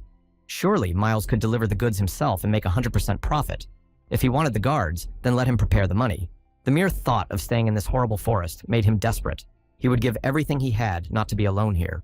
He quickly grabbed the paper and signed it with the help of an obligingly provided pen. 80 is 80. But Finn still had questions, and if he had kept quiet before, he was not ready to move until he had clarified some details for himself. It was important to him to know what they were taking and where they were going. After all, they had risked their lives, and now they had a right to know. But the commander-in-chief still had his doubts. After all, the secret could jeopardize not only him, but everyone here. Are they sure they want to know? The commander lost his temper. Such a choice should have been before him, before the expedition began.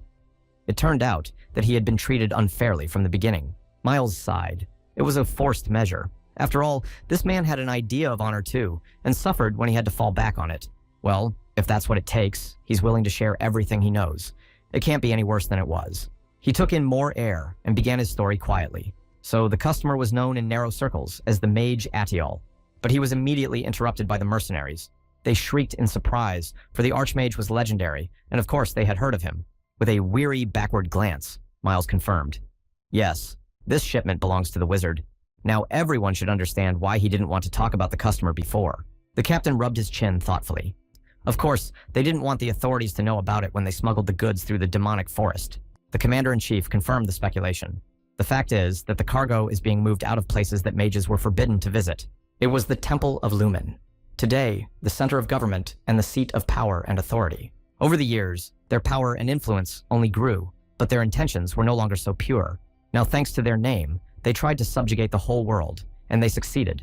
Dozens of kingdoms were already in their full power. The only sector that didn't obey them were the mages. That's why the authorities watched them so closely, expecting them to betray them at any moment. So the association was well rewarded, but badly compromised. If the authorities found out they were delivering goods for the magicians to study, they'd be in trouble. The association will be destroyed at the same hour, and of course all those who are, or were, involved in the expeditions. The long arms of the church were known. There would be no hiding from it on the other side of the world.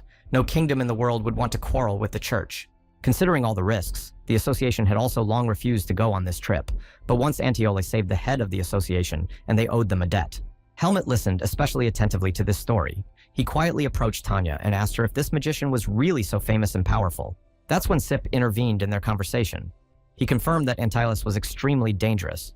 After all, thanks to his power, he had almost succeeded in breaking the divine barrier. The young man couldn't believe his ears. The records that had fallen into his hands before he left the forest were those of the wizard himself. Shin continued his story. He said that the barriers not only protect against monsters, but also detect mages, and the church then tries to catch them. Though the barter never managed to break through for the mages, it was no barrier, despite its power. At one time, Antiole nearly destroyed the barrier. Then the authorities, not wanting to publicize the power of the magician, simply hushed up the matter. Helmut closed his eyes as he listened carefully to every word. So life had brought him together with an archmage who could influence the divine barrier. Interesting. When the young man was an infant, the church was unable to get rid of the seed of darkness within him. That's why he ended up in the root forest. Which means, since the divine power has abandoned him, maybe magic will be able to help him. He had already met a dark mage in the native forest, but the dark mage was useless, and all his power depended on his master. Well, now we can only hope that the light mages will be more powerful and take an interest in Helmut. The young man was just choosing a secluded place to sleep. He had much to think about tonight. At that moment, he was called by the captain. His voice was serious. He pulled Helmut aside and asked for a moment to talk. The young man agreed and walked over to him. He was intrigued by the captain's tone. Glancing questioningly at Finn, he saw that he was holding out to him some sort of small capsule in the palm of his hand. Finn explained. It was a remedy used by warriors to restore their strength and energy after a grueling battle. It was expensive, but it was worth it. The captain wasn't sure if Helmut needed it because he was very hardy, but it was definitely worth a try. After swallowing the mysterious capsule, the young man felt a pleasant tingling in his palms, and his body was filled with warmth. The sensation was pleasant. Finn watched the young man closely. He had never met such a strong warrior, and he wondered if it would work on such a strong man. Helmut felt as if after a hearty dinner and a long sleep in a comfortable bed. This thing had clearly helped him, but why would Finn share it with him unnecessarily? The road ahead of them was calm, and no more attacks were expected. Finn's face grew gray. He thanked the young man for saving their group. Even their comrades had abandoned them at such a difficult moment, but Helmut had stayed behind. He defended the vanguard as his family at the risk of his own life. It came at a high price, and it was clear to everyone here. If it hadn't been for Helmut, the men would have been wiped out. Neither the mercenaries nor Sir Miles would have gotten out of the forest alive. Of course, ancient gratitude in the form of restored strength was a pittance compared to a life, but for now, it was all Finn had. He gave the last of it. The conversation was over, but before leaving, the commander turned to the young man. When Helmut leaves them in search of his memories, he must always remember.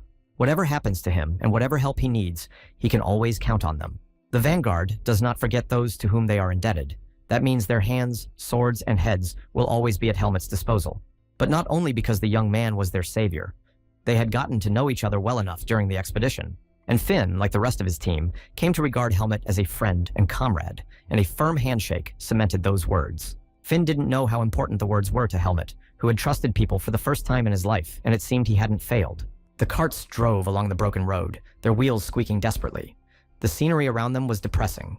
The trees were dry and leafless as far as the eye could see. There was no sign of any human habitation.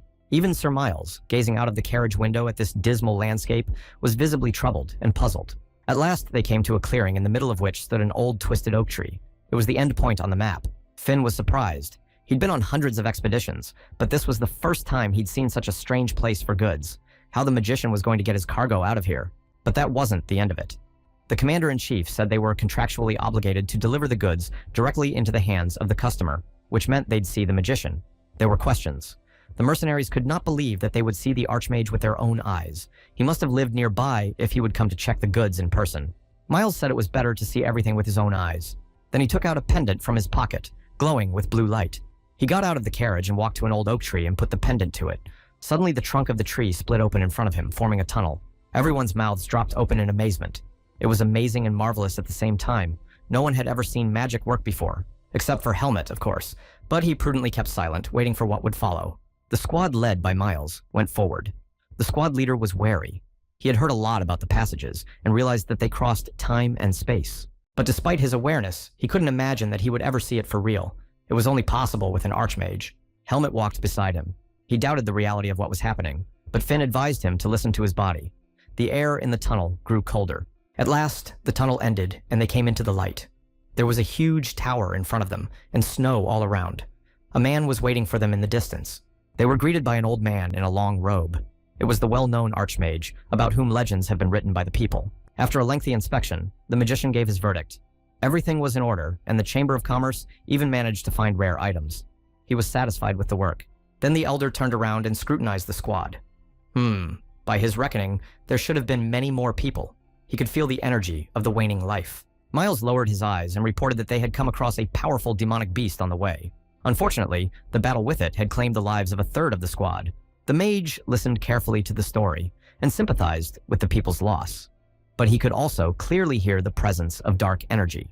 Yes, there was a monster in one of the wagons ready for sale, but if the mage needed it, the mercenaries were willing to give him the carcass of the beast. After a second's thought, the Archmage agreed to add it to the rest of the goods. He promised to pay 150,000 marks for the beast. The mercenaries whistled when they heard the bounty. There were legends among the people about the magician's wealth, but no one here was prepared for such generosity.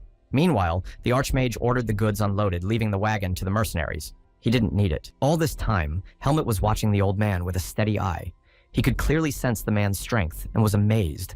Unlike Erigo, the mage had real power, but what's more interesting is that he knew how to hide it.